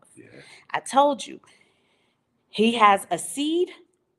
If he puts that seed in me, and I'm not trying to be crass or anything like that, we're not even talking about children, I'm talking about an idea. Y'all saw Inception. An idea, a vision, a mission. Right? Because I'm also very military minded. So he know if he wants to get me to do something, he knows how to package it up, right? Just like you would know how to plant a garden. He knows how to package it up and plant it in his garden. And not that I don't help with it, but you're the facilitator of it, but I am the soil that has to kind of get it going. And when you so I don't want you to feel like I'm taking credit for your visions, your missions. No, that's not where I'm going with it. But I'm just saying, if you have relationships, use each other's strengths. You leverage the strength against the weakness. Yeah. So she has certain strengths of things that she can do that I can't do. And vice versa. So that's how she's saying moving forward, if hey, I can do this well, and you do this well, then you do that, I'll do this, and we'll make it come together. That I can move about the world a lot easier than he can. So his idea is, Aaron, I'm going to make you the face of the brand. That way, when we need to get certain things done, they'll get done with no problem. He is the brains of the operation. Ladies, y'all save y'all emails, right? Don't even email me about nothing I'm about to say, okay? Just don't. I'm not an independent woman. I don't want to hear the independent woman remarks. I am not one, okay? I need my husband. My husband needs me. That's how we roll. That's it, that, in the end. I'm going to delete your email. I ain't even going to answer you back. I'll answer you. Right? Like when we travel, I know when I look a certain way, we're going to get a discount or get something free. He just stands off to the side. He don't try to take control of the situation. He doesn't compete with me. Well, I should be the face of the brand too. I know that when I put my wife in front, these are the results and outcomes we're going to get. I know when it's time to do real business, talk real numbers, put capital on the line, I push him to the front. Yeah. Leveraging, right? Definitely leveraging. I know that when my husband sit down in front of somebody and they're talking capital, they're talking business, they're talking returns, he's going to be able to pick up a lot quicker than I am. If there's value in it, if there's a return in it, or if there's some type of tomfoolery coming along with it, right? I don't compete with him for that. I'm not, well, I'm smarter than you and I can pick up on that. We don't do that. Erin sits and she's quiet. She's silent. Just like when the face of the brand is gone before the airlines or, if we're doing business with somebody, a lot of the networking things, as y'all can see, I do the lion's share of talking on here. Even though this is his show, this is his baby. He knows that I'm going to take what we have going on and package it up in a way that y'all are going to find to be easy to, and when I say consume, because it's content, you are consuming it, but you're going to consume it in a nutritional way. Yeah, and she's prettier than me, so the people want to hear from you. So I come in and say what I got to say, but the people want to hear from you. They want to hear from a pretty young lady. So why are we bringing that up? We're bringing that up because if there are partnerships that are trying to build in this crypto space, that are trying to leverage wealth from them to you, right? You have to work together and it can't be transactional. There are some things that God requires you, the Most High, the Most Holy One, right? Yahuwah, him. Just in case people are like, well, what God are you talking about? There are some times when he requires you to serve and not be served. That's who he was. When he came, he was the King of Kings. He's the Lord of Lords. He's the King of all. He did not come to be served. He came to serve. And he expects that of us in a lot of different cases. Yeah. In order to be blessed, you first have to do the blessing. So, that's what's up. When we encourage you guys to support one another, if you guys are running businesses, if you have ideas, if you have dreams, if you have visions, and you just want to spitball it, whiteboard it, corkboard it, post-it pad it, email us. We are here to support you. We are here to get the network to help support you. We don't ask for any money. We ain't trying to be like, we'll push your swag if you pay us 25% or whatever anybody buy. We're not here for none of that. And for the people here also, we spent some time with Bitcoin Zay, and he was looking. He is actively looking for more content creators. Yes. So if you guys have some ideas on shows you would like to do, and if you want to ask us first, like, hey, I just want to run this by you. What do you think? If you just want to run it by somebody, just email us and we'll get on a FaceTime call. Yeah, he wants some content creators, some different shows, some some innovative shows, because everybody can't just do Bitcoin news. You got to do some different things. I know he mentioned he wanted somebody to do Bitcoin and like cooking. So while you're cooking, talking about Bitcoin. Yeah, we were trying to get Grizz because he used to have a show called Grilling with Grizz. The Chief. What is he on here? The Chief? The Chief. We call him Grizz. I call him Grizz. But right now he's working on cigars and crypto. So if there's any of you who cook, we're trying to talk our sons into doing it. Yeah, just cooking and talking about crypto. It don't have to be. Well, come up with something different. Something different, yeah. Right? We can't do the strip club with the nice shoes because it's supposed to be family-friendly network. But Who's gonna do that? you just never know. Somebody might have like a crypto Who's gonna do OnlyFans that? or something like that. Oh, not a crypto. Look, You never know. I mean, it's it's learn crypto and get an eye full all at the same time. You just never know. Hey, I thought that was Rodney. Rodney, Bitcoin, Rodney, ain't he in prison? Gee, I don't even know. Yeah, no, they brought him up on federal charges. Oh, I don't know where he Big is. federal charges. And Yeah. y'all let us know, man. I don't know. Let's hit the chat room, see what they talking Oh, about. last thing, BK Crypto said you said it so well. But we got your back, BK Crypto. You know we do. They got some other ones. Baby, I read them. Oh, Timadon said, this is his show. Y'all be going off on here. I'll be on every video. Oh, dude, who said that? Timadon. I hope I'm saying your name right. But we always say names with like the black vibe. Y'all remember that Key and Peele? When he was calling like Jay Quellen, like everybody's name had like a black vibe to it. So I'm calling him Timadon. Cause that sounds like He got a D nice. Yeah, instead of Denise, right? She fought him on it, then she just gave up. But don't Timadon sound like, remember when they did the college football? Oh yeah. Key and Peele was our show. And then Jaquarius Williams. Yeah, that was our Hezekiah Leviticus. Hezekiah Leviticus Walker. Remember he got mad? What was the dude he got mad at? He got mad at I could see his face. He had the glasses, the curly hair. His name was And then he got mad at Aaron. He's like, and he sent him to Principal O'Shawn Hennessy. That's what he sent but I couldn't remember his name. It should have been O'Shaughnessy. It's Sean, but he's the O'Shag Hennessy, like the drink. But remember when he practiced the clipboard? Okay, BK Crypto, we got you. We definitely want to do, because I want to hear about the crypto network and how we can kind of do an economies of scale for it, get you scaled out and stuff like that. Also, that's gonna bother me because I know I can see his face in my mind. We're in Mexico. We know people, so we can do things down here too. And we're also advertising your swag with some of our outside crypto people, BK Crypto, because I want people to start supporting that, especially if it is going towards educating the community in crypto. Just getting a part of the community we don't have access to. And that's what we should all be doing, right? Supporting that person who has access to people that you don't have access to in your network of people. And that's why we support one another, because the vision is bigger than the little bit of transactional equity you going to get from it. And that's the part that people miss. Right? They cut their little nose off despite their whole entire face. That's also a phenomenon we experience here in Mexico quite often. People will try to... So 10 pesos is a marker of... It would be equivalent to our, I'm going to say maybe the $50 bill now, but let's say the $20 bill. Right? How $20 bill was like that benchmark measurement of money. So the 10 pesos is like that here. They will sacrifice future transactions with them for just 10 pesos. They'll try to sneak 10 pesos out of you, steal it, lie to you about it, gringo you in price. Yes, they will. Right? And sacrifice future transactions. And people don't understand that they do that in life all the time.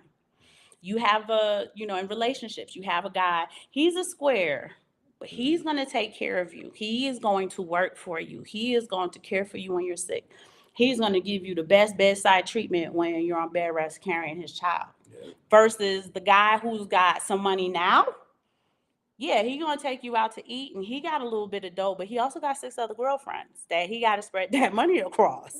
And if you're willing to compete with them, cool, but most women don't want to.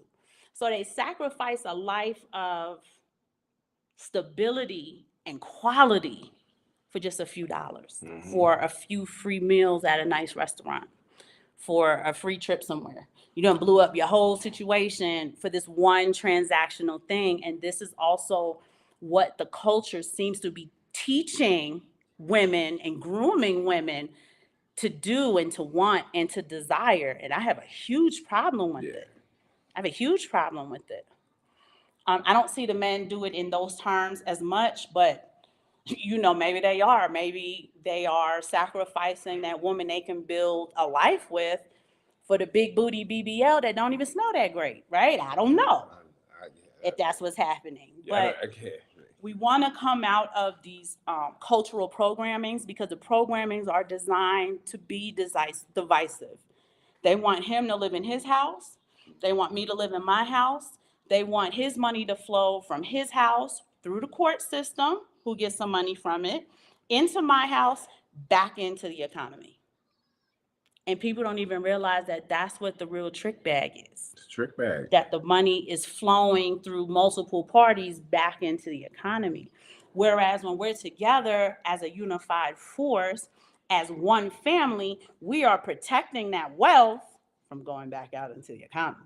Yeah. They don't like that because they know when you're a solidified, unified force, that is exactly what you're going to do. You're going to protect it, that legacy money from going out. So like Into the like she economy. was saying, we form like Voltron. Right, and you keep those Yeah. crevices tight. You keep those. They used to call it a chink in your armor. Right, Yeah. you're making sure the armor don't have any chinks in it, and it keeps the wealth from flowing back into. And for my people out there in the chat room, if you know about Voltron, tell us about it. Form like Voltron. The jizz is the head. If you feel that, we form like Voltron. I guess she would say, I'm the head. Yes. And then, and then the rest of us form. I'd probably be your feet, if anything else. And the boys would form the chest. But biblically, like Christ Voltron. says we are the body of Christ, right? Each member is the body. Is the thumb more important than the knee? No.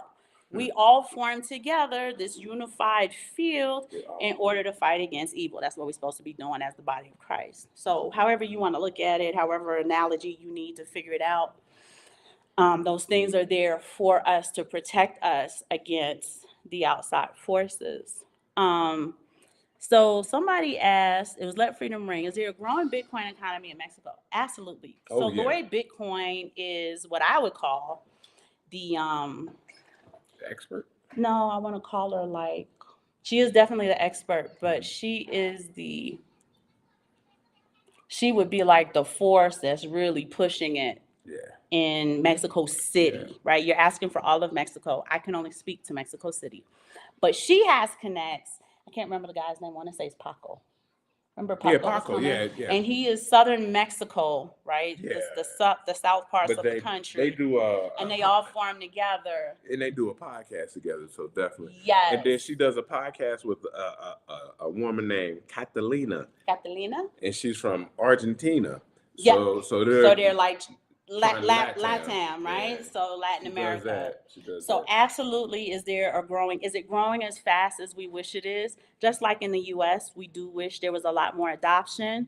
But again, we told you that a lot of the hurdles that we have here in Mexico to grow the Bitcoin adoption economy is that they don't understand digital banking yet because they don't even do banking, right? Not even like a debit card, not an ATM card, right? A lot of them are unbanked. And then the people who may be banked are still what you would call check to check. Mm-hmm. So it's not a lot to put away towards Bitcoin.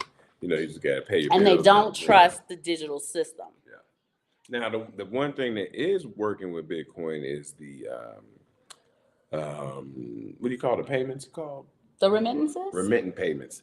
That works. But even that should be taking on more adoption. It's not taking on as much, but it has taken on some adoption, so they have saved. And they got the President Bukele is really getting things going on in El Salvador, so it'll be game theory. It'll start catching here. It'll catch. It's game theory. It'll catch on. Especially during election seasons. It's not the election season here in Mexico yet, but once you see the election season comes, then everybody gonna start talking. And I gotta get this in technological evidence, because I don't want this to be a political show, but we gotta get some younger leaders of nation states. Okay, I mean, the leader of Mexico, this nation state, is the old man. No disrespect to old man, but yes, he's an old man. Just like our nation state. We need younger people taking over who have ideas. Like, that's why El Salvador can move along like that, because they have a young leader of the nation state. A young, innovative leader who is not afraid to take. Tired of these old. But I'm going to say he's not afraid He's not afraid of reputation, right? They're calling him a dictator. They're That's the demonizing thing. him. They're calling him a That don't bother dictator. him. They're calling him dictator. They're talking about fascism and all this stuff down there in El Salvador. We went there. We spent a good amount of time. Maybe we need to go back. Do you know they haven't had a homicide in like 3 months? What country can say they're in the black because Bitcoin is on their run? I think they're the only nation who's financially in the black and not in the red. Even the United States is in the red. I can't call that, but I know he's got it on the books, right? And he made it. No, they're in the black. But I'm saying, he made it tender. Yeah. But that's why they're in the black. Mhm. Right. So his GDP, his debt to income ratio for the country and everything, that's all in the black. I think Texas, the state in the United States, is in the black. But the rest of the countries around it, the rest of the states around it, so the country on a whole is not in the black, especially with all the money that we're offshore. And if you guys go back and look at the voting and see how much he won by. Oh, it was a landslide. Who did he run against? Man, we don't even know, but I think it was 90% to 10%, right? So Let Freedom Ring said that Arizona just proposed a bill to make Bitcoin legal, although he doesn't think that it'll pass. I doubt it too. Because the problem is in the United States, and this is Aaron talking, right? I don't have anything to quantify or qualify what I'm about to say. Okay. So this is coming right from here. In order for a state to make Bitcoin legal tender and game theory take place, it would have to be a state like New York State. It would have to be like California. It has to be one of those like 4 running states. DC. I disagree, but what state outside of them states you think could make a legal tender and then game theory take place? Because game theory takes place when the people who you wouldn't expect to do it. So you're saying like if Iowa did it. Well, Wyoming already did it. And game theory didn't take place. Right down to Arizona. But if it don't pass in Arizona. But it's still there. It's still there. Okay. It's them little places like El Salvador. They're like, oh, hey. Because those big places, like, oh, we got to catch up. Hi, Black Peridot. Thank you for joining. Yep, I agree with that. Okay, I could smoke a bag of that. Okay, there we go. Okay. Yeah. Because the little places do it, and then the big places be like, hey, what's going on over here? And then they want to get involved. Mexico's going to have to get involved because El Salvador did it. They definitely do, because what's going to happen is El Salvador is going to surpass them in development, right? Everybody saw El Salvador as a third world country, and it's important. We live in a global society now, so we need to know what's going on in the other countries, right? They also fed you a narrative that if it ain't going on here in the United States, it's not worth knowing. It is. You need to be a global ready leader in your own house, regardless if you plan on traveling the world or not. Yeah, get your passports together. Get your passports together. A lot of people we speak to don't have passports. Get a passport. Okay? And they make it a little bit difficult for that reason, because there's a freedom in it. If you have the opportunity, get a second passport. Yeah. I've been dragging my feet on that though, y'all. Get a second passport. But get a passport so you can be ready to go where you need to go to handle when you business. Need to get there. Especially as the world starts to turn in the United States. Y'all remember that soap opera, The World Turns? That's the what's world happening. turns. Yes. Listen, I watched a guy since Ramadan said that he loved the church and Bitcoin. I'm gonna give you a little bit more church. There's a gentleman named Chuck Messler. Yeah, Chuck if Messler, you are into Bible study, write this Messler. name down, Chuck Messler. Okay, That's the dude. he was by nature an engineer, just like Lynn Alden, and he was able to break the Bible down scientifically, geographically, historically, culturally, etymology. But there was something he used to always say that really, really, really got us to thinking when we decided to leave the U.S. The United States is way past its time in judgment, right? At some point in time, every country does come into its judgment. And the United States likely deserves a double portion of that judgment, right? So as you're watching, y'all saw AT&T went down. 2 weeks later, Facebook went down for a few hours.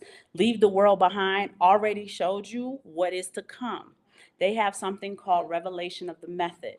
And these Satanists believe that if they tell you up front what they are going to do, how they're going to do it, and who they're going to do it to, they can cleanse their karma or prevent karma judgment from coming to them because they told you what they were going to do and the world was in silent agreement with it. When we go and we consume that content, the movie, the song, whatever. And what she's saying is, as far as what we're talking about, conversely, you will see that with the dollar. Mhm. The dollar is gonna, as judgment comes, judgment will come And Let upon the Freedom dollar. Ring says that I believe Bitcoin is going to be the center of judgment. We believe, and this is Aaron and Simon now, we're not speaking for anybody else. We believe, based on a lot of the attributes of Bitcoin, that Bitcoin is some sort of divine tool that has always been here, and that Satoshi Nakamoto discovered it, right? It has a lot of attributes of God. Its immutability, its optimal scarcity. It has a lot of parallels to gold, which you know is God's, the most holy one, right? The holy one, the only holy one, that one, right? Yahuwah. We believe that if gold is Yahuwah's money, if that is the refinement that he speaks of, if that's what he's building his city upon, that Bitcoin and its digital optimization of gold also has some type of divine quality to it, which is when you say it's the center of that judgment, I believe you. And I believe it's here to account for the corruption in the promissory notes we call US dollars. Fiat currency. Right? Because you understand that a promise is one to be kept. Right? Let your yeses be yeses, let your nos be nos. Paul told you that. Paul in the New Testament said, let your yeses be yeses, let your nos be nos. Don't lie. Right? So we have a promissory note, and the promissory note says that I should be able to exchange this for whatever the amount is in gold. And we stopped doing that a long time ago. But we stopped doing it.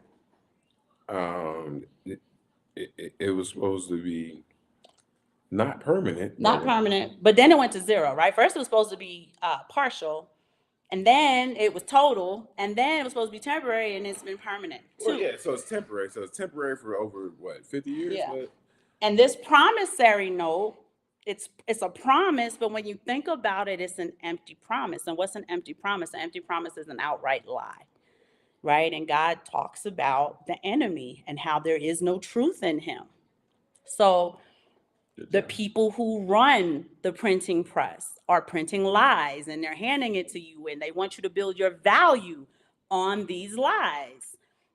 People kill themselves over these lies. They prostitute themselves based on these lies. I can go on and on and on about how the enemy has us in a tailspin over this promissory note, which has no promise in it. It has none in it, and I can't remember the number. So maybe you guys can fact check me. But it costs the same amount of money to print a $1 bill that it as does a $100 bill or $1,000 bill or $50,000. If they had $1 million bill, it costs just as much to print the $1 US as it would that $1 million bill, right? So we're looking at the emptiness and the promises that they keep trying to almost vomit in our lap. Yeah, every day of the week. Right? Every day of the week. 2, they promise you that if you trade this amount of your time, which is the most precious commodity, this is the agreement, if you give me 1 hour of your time, that 1 hour of your time based on your skill set, how you appear, your perception of things, yada, yada, yada, that whole little matrix rubric, right? I will pay you X amount of dollars based on that 1 hour. And that money is supposed to be what we used to call a livelihood, right? Meaning there's life in it. Now, they want you to work 2 hours for the 1 hour you used to be promised. Yeah. And when you get just that 1 hour of pay and you go out into the world in order to support your livelihood, your life, groceries, electricity, water. What else do we pay for? Rent, Car car. insurance, mortgage payment, that's your shelter, right? You're paying more for less. And that's where time theft comes in, because she There's a just theft said. here. And what's thievery? There's a lie in it. Mhm. Some which way, shape, or form. We've lied to you in some which way, shape, or form. And we are going to continue to lie to you. So what is Bitcoin designed to do? And that's why I said there's more to Bitcoin intrinsically that people need to look into, Mhm. right?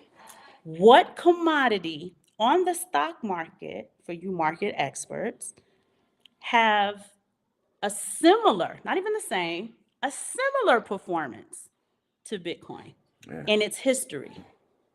It's history from '09. Nada. There's nothing, right? Mm. The only thing that can kind of sort of compare to it may be silver and gold, because it's one of the commodities that have been around the longest. And oil. And oil, I'm Yeah, sorry. so we got that. Right. That's oil. But still have not performed like Bitcoin has No, performed. no. We tell you there is an intrinsic freedom that comes with Bitcoin, right? In that intrinsic freedom, there's a truth there, right? We have what's called a blockchain and the ledger. And you cannot lie to us about the transactions that happen on this ledger that we can all sit back and see. And they hate that. There is no under the table dealing in Bitcoin. There's no backdoor dealing. There's no good old boy network dealing. The only thing they can do at this point is hoard as much of it as possible and hold on to it till they can figure out a way to manipulate the system. Yep, that's what they did with silver. Right? So, the blockchain ledger is designed there in order to give us transparency, but really truth, right? In the coming and going. They said that if anybody ever saw movement in Satoshi Nakamoto's wallet, Oh, that'd be crazy. it would be a black swan event. That's a black right? swan event. Like, what But just understand that. Can you see the movement in Jamie Dimon's checking account or his money marketing account? No, you cannot. You can't see where he's moving his money.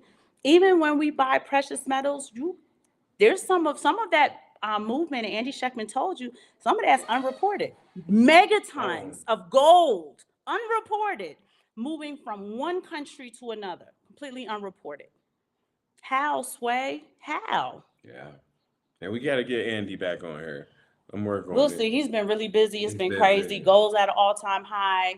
The precious metals are coming off the shelves. Y'all, our other counterpart communities are buying the precious metals because they understand its value. Yeah, We are the only ones who are not taught that silver and gold have value. And then you want to ask, we go to church every Sunday, we read that Bible, they talk about the 10 talents. Did y'all know that a talent of silver is 75 pounds of silver? Here we go. That's always So when good Jesus knowledge. talked about the 10 talents and buried it, and you didn't get a return on the investment, you were evil for just being too lazy to figure out what to do with it. He was on to something about the laziness of his children. My children perish because they have a lack of vision. They don't know where they're going. They don't know how to get there. They don't know what road to take. And that's what's going on in our community. That's why we say this show is all about being prepared and committed and willing to sacrifice to get the up-leveling that you deserve. Yes, it is. And the information's free. It's free. All you have to pay is attention. Free. That's it. Read the comments. I can't see in that little. Let freedom ring. Oh wait, let me go up. You gotta roll up. Oh yeah, y'all been in here just chit chatting. I've been running my mouth. Yeah. That's Black Paradise. That's what matters. Maya Angelou said, "When they tell you who they are, believe them." Yes, honey. She told you that because she had to deal with them all the time. Yeah, she said that. Black Paradise is saying we need to read the Electric Cosmic. So remind me to look that up. I got you. Pay attention to the problem with airplanes. Tell me a little bit more about that, Black Paradise. What problem with airplanes?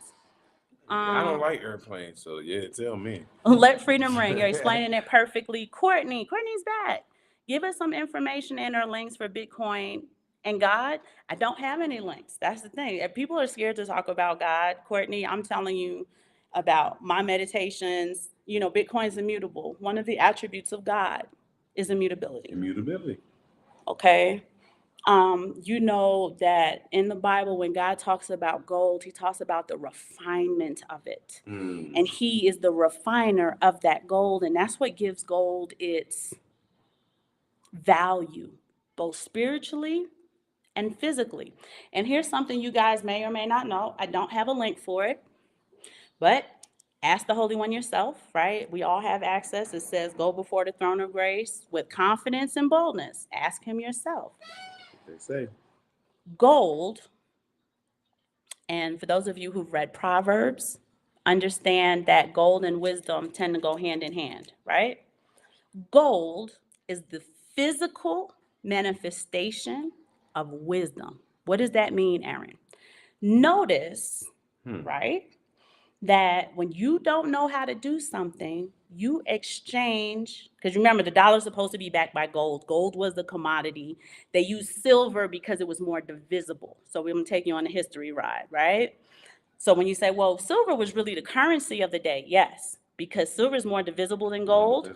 Only the kings had gold. The regular people had silver because it was a more divisible way of carrying out transactions because of the lack of wealth in those days, right? The gentleman had silver. Okay, so with that being said, whenever you don't know how to do something, you pay someone for their professional knowledge, which is wisdom, because wisdom is the application right. of knowledge Simple and or thing. information. If you have a problem with your plumbing, You pay a plumber. That's why they're so expensive. You are paying for his ability to apply his knowledge and information in plumbing to fix your stinky problem in your home. If you don't know something, you pay tuition in school, right? You are paying a professor who's a professional teacher. That's where professor comes from. You're exchanging that gold for their ability to apply that wisdom and knowledge for you to be able to do whatever you need to do. So gold has always been meant to be the physical manifestation of wisdom. It was God's way of teaching you a spiritual concept using natural physical things. Okay, so so we want to take it to the next layer of Bitcoin. So, but before we go to the next layer of Bitcoin, for my non-flat earthers, where did gold come from? Well, if you don't believe in the dome and you don't believe my non-flat earthers, Psalm 119, verse 1, as they say, then they say gold comes from the stars, and so does silver, because silver is like a byproduct. Right, so it comes from a supernova, right? Yeah. Supernova explodes, boom, and it's here. There we go. That's what they say, right? That's what they say. Biblically, I don't know where it really comes from, but it's God's way of giving you a very spiritual concept using a natural, tangible thing. So now let's move on to Bitcoin, Courtney. And I hope I don't have anything to quantify or qualify what I'm saying, right? This is just me and my meditations, right? And it feels legit to me. If somebody is out here who can correct me, please do. But if you read your Bible, you do understand that wisdom and gold go hand in hand. So Bitcoin, which is the optimization of gold, and it's okay, baby. Bitcoin is the optimization of that wisdom, and it came at a time of technology. Now, some people think that this time we live in, where technology is advanced, don't understand that we've had iteration after iteration after iteration where we were technologically advanced. If you believe in Atlantis, if you believe in, is it Lemurus? Am I saying that right? You may be saying it right. Egypt, how the pyramids are made, right? Some stuff that happened like in the 1700s, those big colossal castles and stuff. How did you build that stuff without? Did y'all have electricity? There's a lot of people coming out saying, yeah, electricity, they used to be able to formulate it in the ether. They used to be able to absorb it from the ether. And what they've done is they've taken these grounding things to stop that so that they could capitalize electricity. But I don't want to get too off track. So what they want to say is, I just want to slide this in here. The Bitcoin, yeah. About Bitcoin and gold, since you mentioned it, right? So they will tell you that Bitcoin is the digital version of gold, right? Gold 2.0. And when you see in your normal life, the analog version and then the digital A version. version. The digital version is always superior to the analog version. So what they're saying is gold is the analog version and Bitcoin is the digital version. And you always see that. You know, you So got, consider like the phone we used to have where you used to do this. I don't know how old some of you are, but you used to stick your finger in the hole in order to call the person, right? pause. To your to your smartphone, which can do everything in your hand. Same thing. Now, if you want to take it to a third level, you can say that Bitcoin is the spiritual version of gold. Right? You have the physical and the spiritual. You got the physical body that you can feel, touch, slap, pinch, and then you have your spiritual body. When your physical body dies, your spiritual body leaves it. It doesn't die because we know the first law of thermodynamics tells us that energy cannot be destroyed. It can only be transferred. Thank you. God tells us that in the Bible, right? That you shall have life everlasting. Bitcoin, to me, Courtney, and I don't have anything to quantify or qualify it, but based on its immutability, that ledger where it's in truth all the time, they said the Holy Spirit is the spirit of truth and leads you to all truth. Bitcoin has a ledger where you cannot lie, you cannot manipulate it, right? Everything's on this very transparent ledger, that truth, right? I feel like Bitcoin is the spiritual version of gold. And it does have divine aspects to it, which is why the world, the worldly part of the world, hates it. Yep. It's also designed for the meek. The word of God says the meek shall inherit the earth. If Bitcoin was not designed for the meek, I don't know who it was designed for. Because you can see that the wealthy people, while they feel like they can get wealthy off of it, they have a weird aversion to it. They sure do. They have like a hate for it, but they're like, I gotta get involved for the FOMO, right? There's a fear I have of missing out on it. Yeah. Or I'm gonna hoard it so that your Johnny, your Joe Bag of Donuts doesn't have access to it. We cannot allow them to catch their breath. We can't allow them to get that wealth transfer, or else we can no longer be in control of them, because it does come with an intrinsic value of freedom. Yeah, and you guys know, you listen to Max Kaiser, he give you the game on this stuff. He give you the game on this stuff, man. It's really interesting if you listen to him. I'm gonna go through these comments a little bit. People saying some stuff. Oh, so Black Paradox was just trying to say that your personal devices are soft targets. Your phone, your computer, your iPad, all of your devices listen to everything you say and do.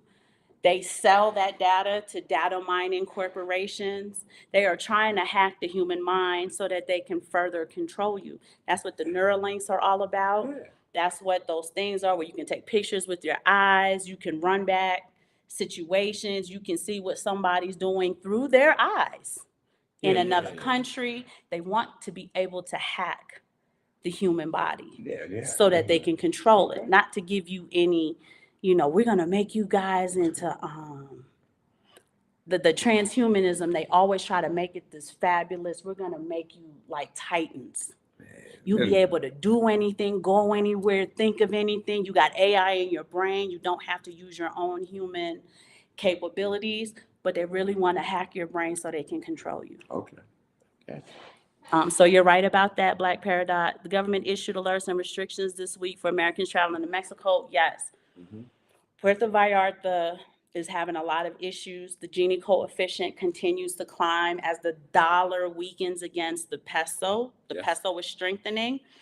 But again, we have an economic winter that people can feel coming, and it's a global economic winter. It is not something that's local to the United States.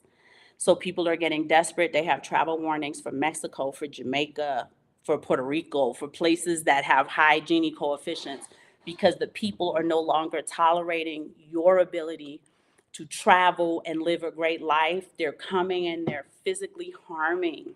They're physically harming tourists. And I can't remember, but if you can remember, in Puerto Rico, they have a term where they want the gringos to go home. I can't remember the term. Yeah, but it's a term where it's like y'all go home. They feel like that in Mexico City, right?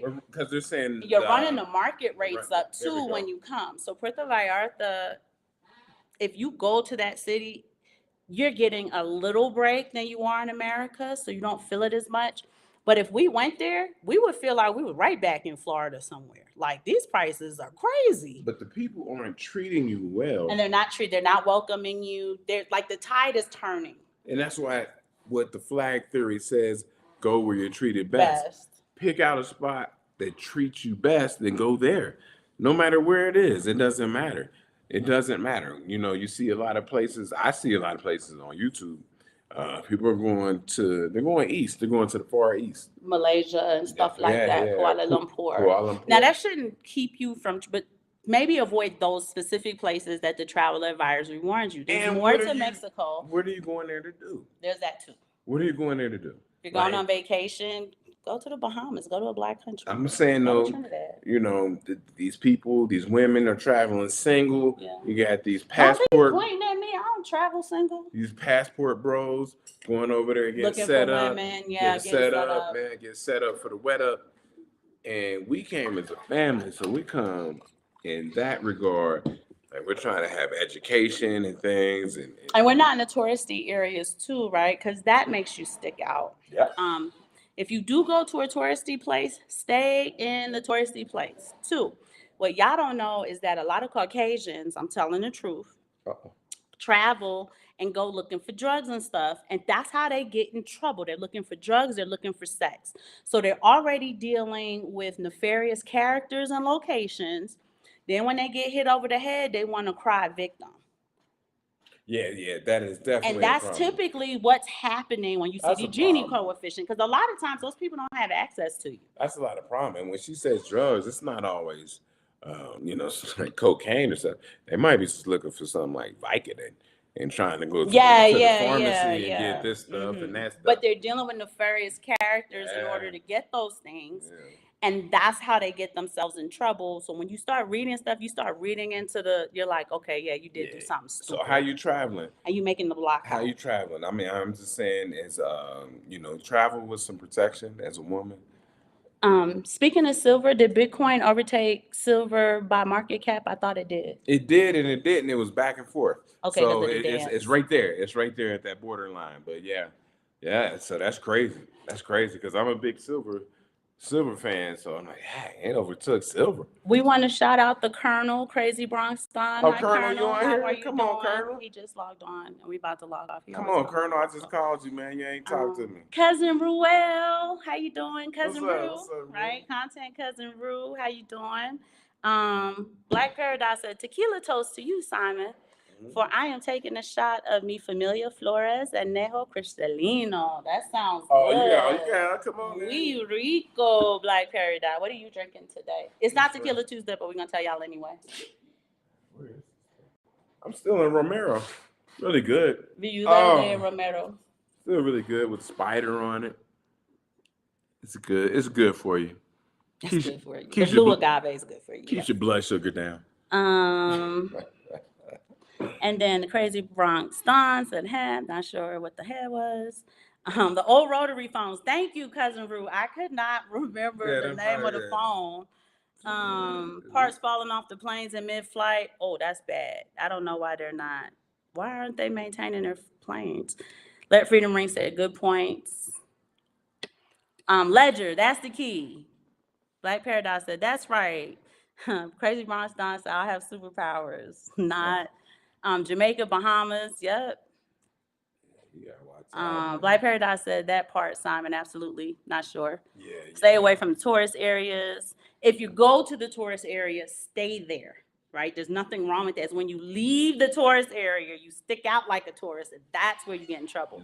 But if you're going on a sandals vacation, I don't know if they still have sandals vacations, stay there. If you're going to this big, beautiful resort, stay there. Don't try to go out, and that's the thing. Everybody wants to go out in the town and party with the locals, get some sex. No. Yeah. Yes, and that's how they're getting in trouble. Yes, but during the day, you got to go see about the locals. Now at night, it changes. Go home. It's different. She's right. Go home, but go out early, hit the market, talk to some people. I'm saying stay there at this point. It's not. No, I'm saying, but because I say be amongst the people. But at night, it changes. But a lot of times the travel advisory is because people are doing stupid things when they go, right? You can't take your marijuana with you when you fly. So when you get there, you want like, let me get some local weed, and it's like, no, right? There's a time and a place for everything. You know your dope boy where you live at in St. Louis, you stick with him. St. Louis. Right, but if you're traveling out of country, don't be trying to get in contact with people to see where you can. They're poisoning people. They're trying to kill. Yeah, I'm gonna take you to this place. You're gonna get robbed. Yeah, It's my and mom. like you said, you go out, you hit the market, you go get some fish, some shrimp, whatever you're gonna get at the Why market, they some not gonna vegetable. cook it? They're on No, I'm saying vacation. during the day, this is how you be amongst the people. Okay, I got you. But Yeah, at night, and go to the places they tell you to go. yeah, at Right, night, ask for stay the home. recommendations, but if you're traveling, don't travel by yourself. If you absolutely have to travel by yourself, you need to have an accountability partner in the United States that you check in at regular points and periods, Yeah. especially if you are a woman, right? We got this thing where we're equal to men. Not when you're getting your ass beat in the street. You're not equal to men. They will take you, they will rape you, they will do stuff to you, right? Two, ladies, if you are traveling by yourself, you cannot be doing things that you're not in all of your faculties. Don't go out drinking with the locals. Don't do it, right? Because, like I said, they can spike your drink. As soon as you turn your back, they put something in your cooler, right? You always have to look at everybody like they are a monster. You have to Yeah, look at them and like you that have when to, you're and traveling. You we were. can't be drunk and lacking when you're out with complete strangers. And you need to check in with somebody at two different points during the day, Yeah, definitely. every day, and don't miss that check-in time. Yeah, and definitely because we seen two women while we were staying in San Juan, Puerto Rico. They was looking for drugs though. Let him tell the story. They were looking for drugs, so two times I'll be right there. a woman got I don't know, she got assaulted. One got assaulted, the other one got robbed. Yeah, one got assaulted. So she was saying, and we talked to the police and said we didn't see what really happened. I didn't see it. And then another one, we were in a bar in the evening, and it's a white woman. And you don't look like you really should be here right now. And when we're not paying attention, somebody went upside her head and robbed her, took her purse and all that, and she bleeding. And people were asking, like, who did it? And everybody got the shrugged shoulders, like, I don't know. Because they're not going to tell on the locals about a white woman who got robbed. No. So go there with protection, right? I am my wife's protection. If I can't go, my 22-year-old son and my 16-year-old son, they will protect her. And it's not about, pushing people around and all that shit, but it's just standing there and just being like, stand back, stand back. That's all it really is. And we're not out in the night. We're just going to get groceries and stuff from the local. Yeah. We're just doing local stuff. Yeah. And we don't go at night. If at night, it might be a tougher fight. We're not out here looking for drugs and nah, we just try. sex and all of that stuff. Nah, man, I'm get not. you into trouble. You know what I'm looking for? Tequila. Well, I got tequila. I know where to get tequila. I'm looking for spinach. Little stuff like that. Little stupid stuff. We're looking for cayenne pepper. There we go. That's all I'm looking for. Like, really? Right. Where can I get some bay leaves? So yeah. Bay leaves. Where you get them at? Set up for the weather. Cousin Rue laughed. Yeah. He said bars. I need this information. I gotta rewind, but I will. Oh, Jacoby 33. How are you? Thank you so much for joining us. That's the name I haven't seen before. The Colonel said, market cap, silver, Bitcoin, please explain. So, but it was temporarily, it overtook the market cap because it's doing a little dance. Oh, okay. Who's asking that? Colonel. The Colonel. Oh, yes. So Colonel, is like she said, is doing a little dance, but Bitcoin is doing a little dance because he came in late. Yeah, but silver has a market cap. Gold has a market cap. Bitcoin has a market cap in these things, but temporarily it took over silver's market cap. Mm-hmm. But then it went back down. Remember when it went to 62? Yeah. So then it went back under their market cap. And so I have to pull it up right now to see if it's over silver's market cap, which is crazy. Andy Shackman is probably pulling his hair out. Shout out to Andy Shackman. That's the homie. But I don't know right now what the market cap is, but they're close. They're close. So the market cap is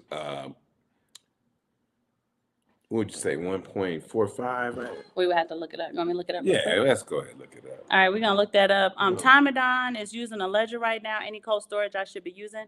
Timadon, we have a young lady in the chat. Her name is Cripwork. She also comes in the chat sometimes as KW1. She is our subject matter expert when it comes to wallets. We have 2 shows. So I'm gonna say check out shows 121 and 122, featuring Cripwork, aka KW1, and she's telling you about the ledgers, the uses, huh? I think it was a show in between though. Yeah, but it's not that many shows back. Because Tomadon's new to this show. Oh, okay. So what did you say? Whose market cap that you want to look at first? Silver's market cap? Silver market cap versus market cap versus Bitcoin. It's close. Market cap. Yeah, my mother's looking for me, so she's calling like every phone in the house. And you know, in that regard, Colonel, a lot of people who are Bitcoin maximalists, if they would say if you had silver, you should liquidate it and buy Bitcoin. That's what Bitcoin maximalists would say. I'm not a financial advisor. So, Colonel, this is CoinDesk.com did a article on this 5 days ago. Bitcoin topped 68,000, nearing silver's $1.38 trillion market cap. Yeah. Unfortunately, I can't send you the link to it right now. But I believe it in 1.2. So it's rapidly approaching silver nearly $1.4 trillion market capitalization. Yeah, because on 3A, yeah, okay. Okay, so hopefully that answers your question. They're right there. It's right there. Cousin Ruth said, just got so deep dish pizza. They said new style or deep dish, so you know I went deep dish. That's so funny. Them sound like bars to me. There's places. I won't go in DC and Baltimore if I don't know the locals. Jacoby 33. I inherited a lot and I'm alone in handling it all. Ooh, well, God bless you, Jacoby 33. What are some of the things that you're trying to figure out? You inherited a lot of fiat. Did you inherit a lot of real estate? Jacoby 33, get with us. We have our email is in the drop down. We don't charge for consultation or anything like that. We're not financial advisors. So let me make that clear. We're smarter than financial advisors. We're not financial advisors, but at least we can give you places, because I also had a significant inheritance from my father. And so we do have. And we flipped it and we made it work. He flipped it. I just exactly sat in the passenger seat and looked pretty as he flipped it. Yeah, email us. Women really shouldn't travel alone. That's the truth. And y'all don't know that there's a huge market where white women travel to Black countries for sex. They want mandingos. And no, I'm serious, right? And in Africa, what they'll do is they'll at least marry the men and bring them back and give them good lives and stuff. But there's a huge underground market of Caucasian women looking for sex in Black markets. Good sex. I figured out what you meant, Black Paradox, so no worries there. The Colonel answered Timadon that he just tried Decent Wallet. It's great and very easy. So again, as content cousins, we want you guys to find ways to get in touch with each other when you are the subject matter expert, or you have an expertise, or you have an experience with something, so that you can help guide your content cousin on the right path. Mm-hmm. Oh, Rude, that was a shot at me. He said, I can't type today. I want deep dish over New York style. I forgot we was having our pizza wars. Thank you. So y'all don't know, me and Rue, we have our little pizza wars, right? Me and my content cousin, right? Because Aaron offered a New York style pizza, and Rue was like, yeah. No, deep dish. I thought you had some bars, cousin Rue. I ain't listening to you now. Boo. I do too. So Jacoby 33 said property, so it's real estate. Okay. He's also, his profile pictures inside of a restaurant he also inherited. Man. Jacoby, let me be the first to tell you, I am not a fan of real property. I love that Bitcoin is my real estate in cyberspace, right? So I'm a little bit biased, Yeah. but we can still talk and get you on the right road to, some ideas that you can think about. And it doesn't cost you anything. You just reach out to us. My email's there. We answer every single email. We can set up a FaceTime and talk and see if there's, just some things you can kind of do Most definitely. to Most not feel so overwhelmed. Yeah, Also, we're going to tell you should absolutely have an inventory on all of the property. Mhm. Whatever you inherited, make an inventory list and its value. You don't have to share that with us. Please don't share that with anybody, including us, what the value and stuff is. That way you can have an idea on what you're working with and where, what visions you have for what you would like to do. Right. Yes, indeed. Ruth said, Simon, know what's up. Jacoby said most of the properties have artifacts. Underground is a lot. I'm gonna reach out ASAP.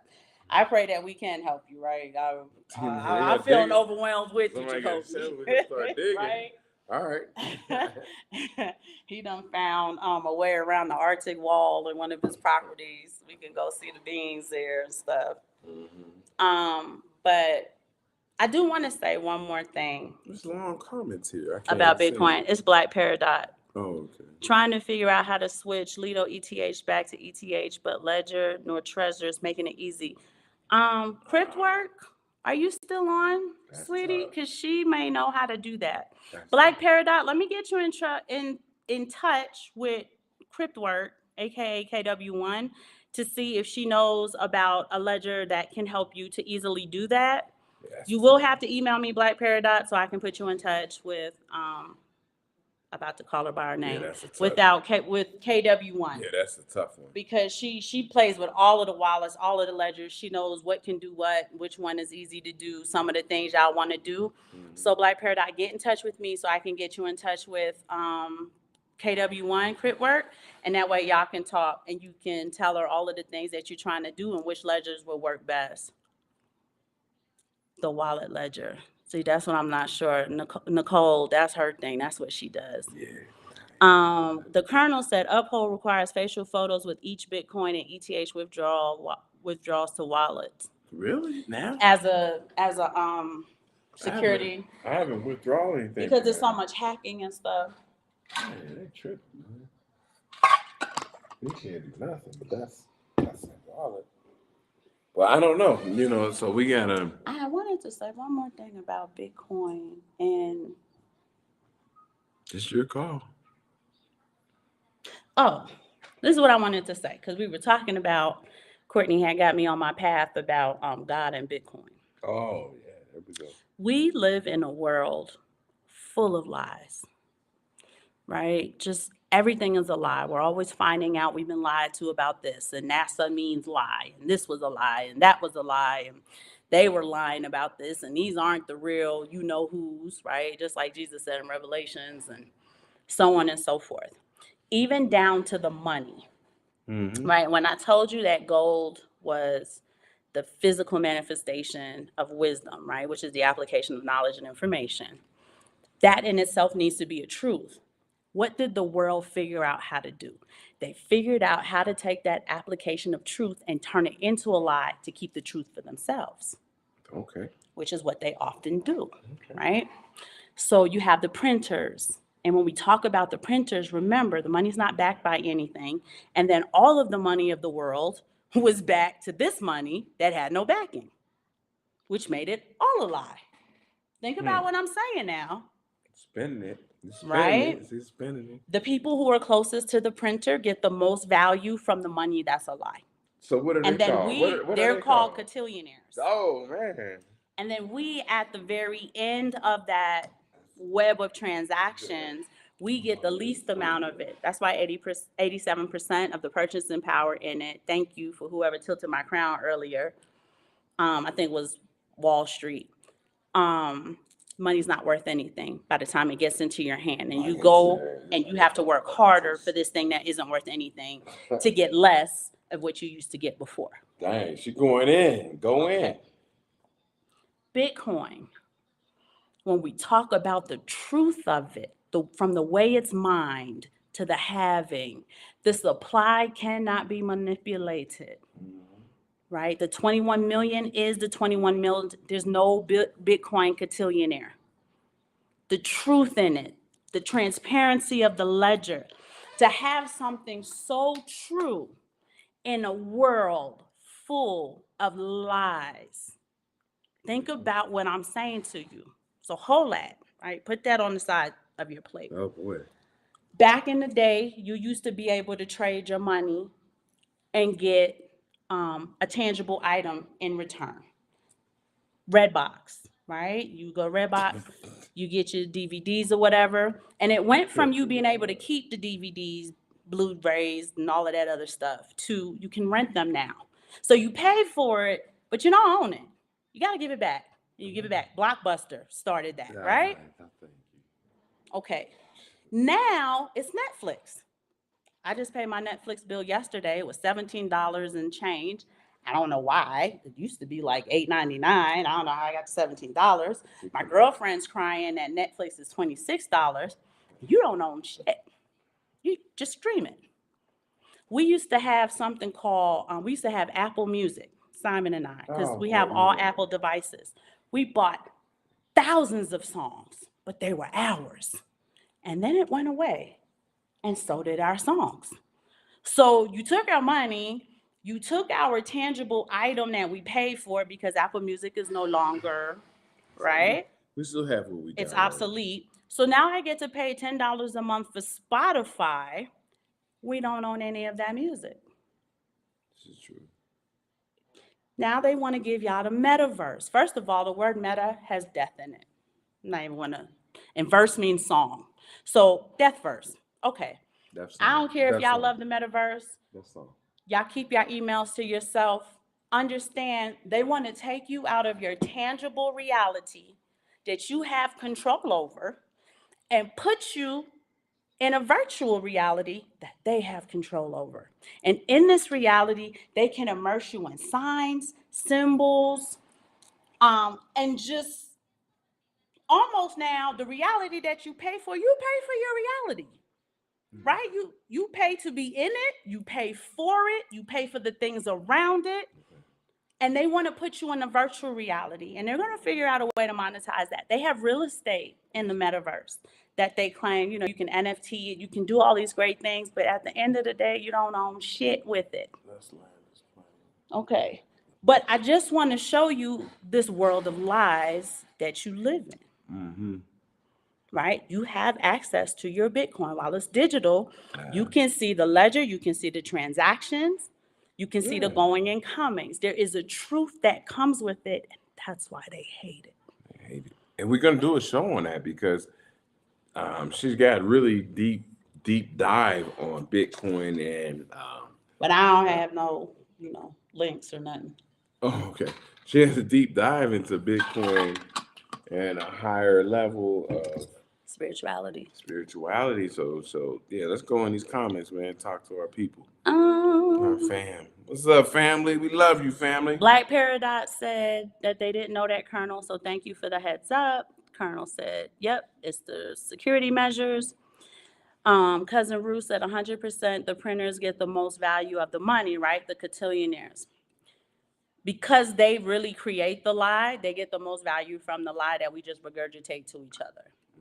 BK Crypto said, preach. The ledger equals truth. You can't be treated. You can't be cheated. Yeah, exactly. Same with books, right? Ruel, Kindle Unlimited. Like I pay $15 a month. I don't own none of those books. If something ever happened to it, the books that I buy or even just the ebooks, they'll go away somewhere. Go away, yep. Your renting information, the simulation.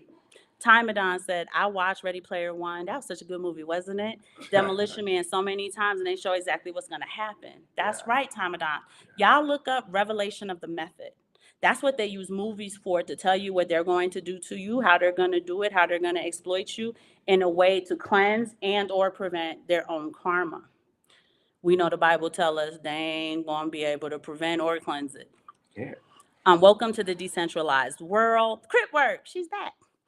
We can figure it out if we discuss okay, so she's talking about how to get it going. Mhm. But I'm gonna have Black Peridot get in touch with us, Crit Work, so I can put you in touch with them. That way I can just make sure it's okay to give away people's contact information.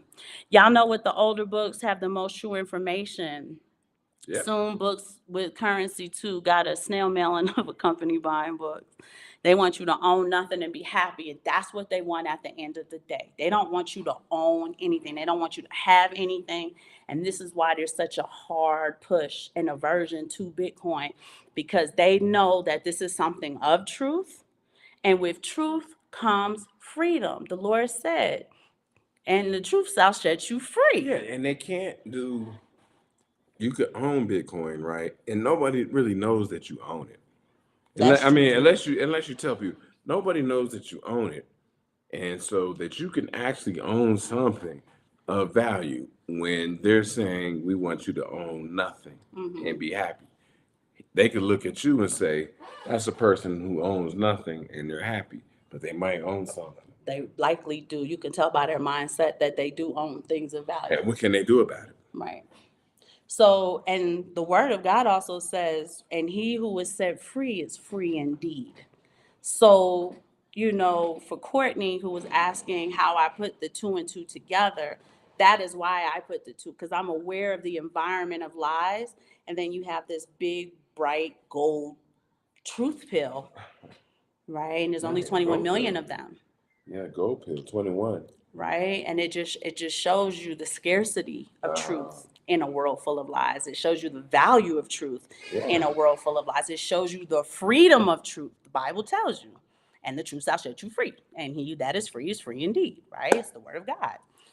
When you have that Bitcoin, you have that freedom. You're on your road to freedom. You're on the road to establishing your own economic climate. You're not letting this invisible entity at the top determine how you live and what your quality of life is going to look like. Mm-hmm. You have to take back your sovereignty, and I'm not talking Blackmore stuff, but you have to take back your sovereignty economically, spiritually, emotionally.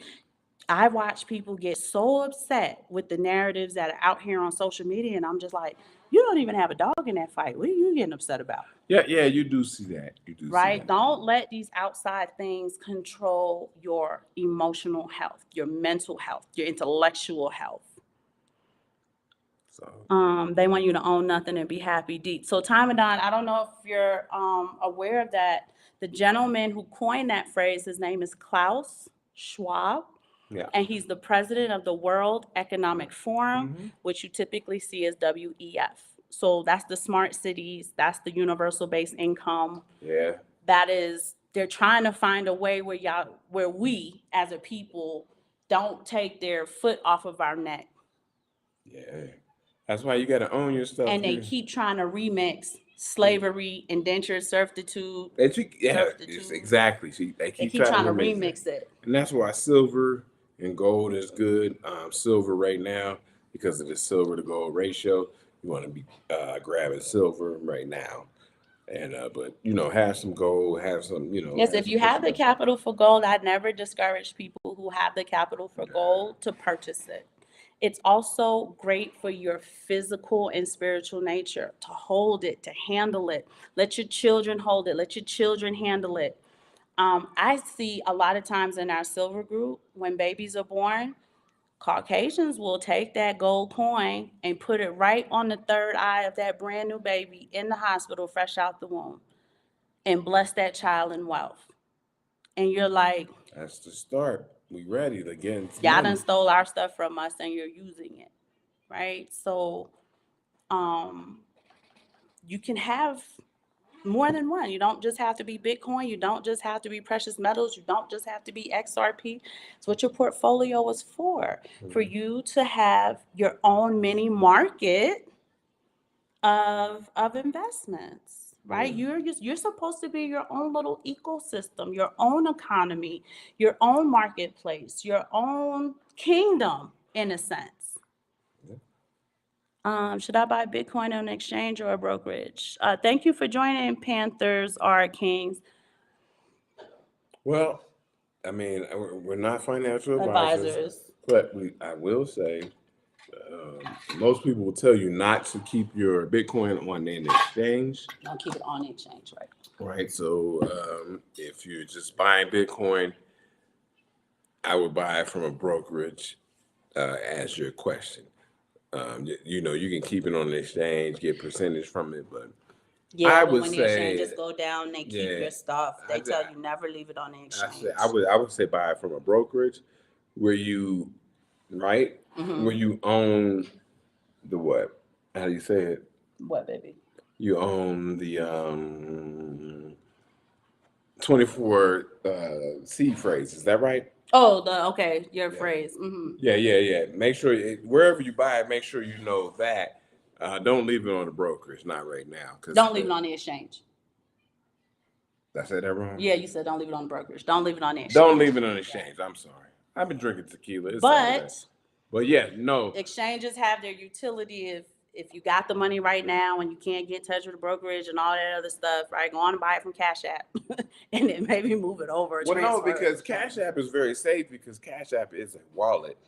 And when you need to send Bitcoin from place to place, it's a wallet. So Cash App is a very safe place to buy it. We always recommend Swan Bitcoin. It's not a sponsor of ours. No, but it's a great resource. It's a great tool for you to use. Did I say your name was Black Panther? It's Panther are Kings. Panthers are kings. Yeah. So with Swan Bitcoin, definitely go ahead and Google them as soon as you get a chance. You can do it bi-monthly. You can do it monthly. I think you can do it weekly with them. No, it's got to the point where you can do it daily. Mm-hmm. If you said you wanted $300 a month of Bitcoin, you could do it daily. It'll take $10 a day out of your account every day. Add up to 300. And they have great customer service on Panther because we use them. Yeah. His name is Reed Womack. He answers your emails. Great response time. I'm gonna say I don't think I've ever waited longer than he's the man. A couple hours. Reed's the man. And Reed will get in touch with you if you have any issues. I know I have to put water in it, baby. My baby is basically trying to tell me like, "Mom, it's my turn for your attention." So we're gonna have to wrap this up, and we're way over. It's 2 hours and 36 minutes. But definitely, Panthers are kings. Swan Bitcoin is a great place for you to get started. We're not sponsored by them, but we use them. So we haven't had trouble. I think they're great, and their customer service is top notch. And you can't ask for more than that. They got a nice Prime Trust wallet, and then you could just move it to your wallet. 45, thank you. Yep, the private keys. We both had like a brain glitch. Yeah. Time said, glad you said that. I usually buy from Cash App, then send to Co-op. We do the same thing. Okay. Because it's convenient. We're sitting there. The last thing I'm going to say before I let y'all go, always have a plan for unexpected money. Right? This is tax season. People expect it and still don't have a plan for it. But you want to live a life, I like to say, of miracles. You never know where a class action lawsuit, your name got put in there. Oh, stop. You get, no, because I did. I got that from the little ABC Mouse, right? It was a substantial amount of money. Apparently, they just was taking it and stuff like that. I didn't have any problems with them, but I did get the unexpected refund. Sometimes you get refunds, this and that. You know, you just never know where the unexpected funds come from. Always have a plan for expected and unexpected money. Because typically when funds are unexpected, people subconsciously, and I'm not saying this is you, but I'm saying people subconsciously don't want the responsibility of the money, so they start spending it, right? They're trying to get rid of it so that they don't have to be responsible to it. It is a psychological yes, indeed. response to unexpected funds, right? So that's something we need to talk ourselves out of as well. Always have a plan. Say, if anything happens, I don't care how much money it is, this is a plan for it. So that when the unexpected funds do fall in your lap, right, they're properly placed. And so we had a great show, man. We really appreciate everybody in the chat room. Thank you for being involved with us. We really appreciate the live viewers. Thank you for being involved with us. This is a great show. I don't know. I learned a lot. I learned a lot from Thank y'all. y'all for letting me preach the word. You Yeah, know, the she Holy preached the One, word he's a little very, bit. very special to me. What we got here? And I be wanting to share him, and I couple kind of more, sort of don't right? know how, but this is the time, y'all, where we're coming to the end. If you have not given your life over to the Most Holy One and you need help, it's always confidential, email me, right? I do Bible study. I study all this stuff, y'all. Geographically, culturally, the etymology of it. I listen to a lot of the greats like Chuck Messler and some other people.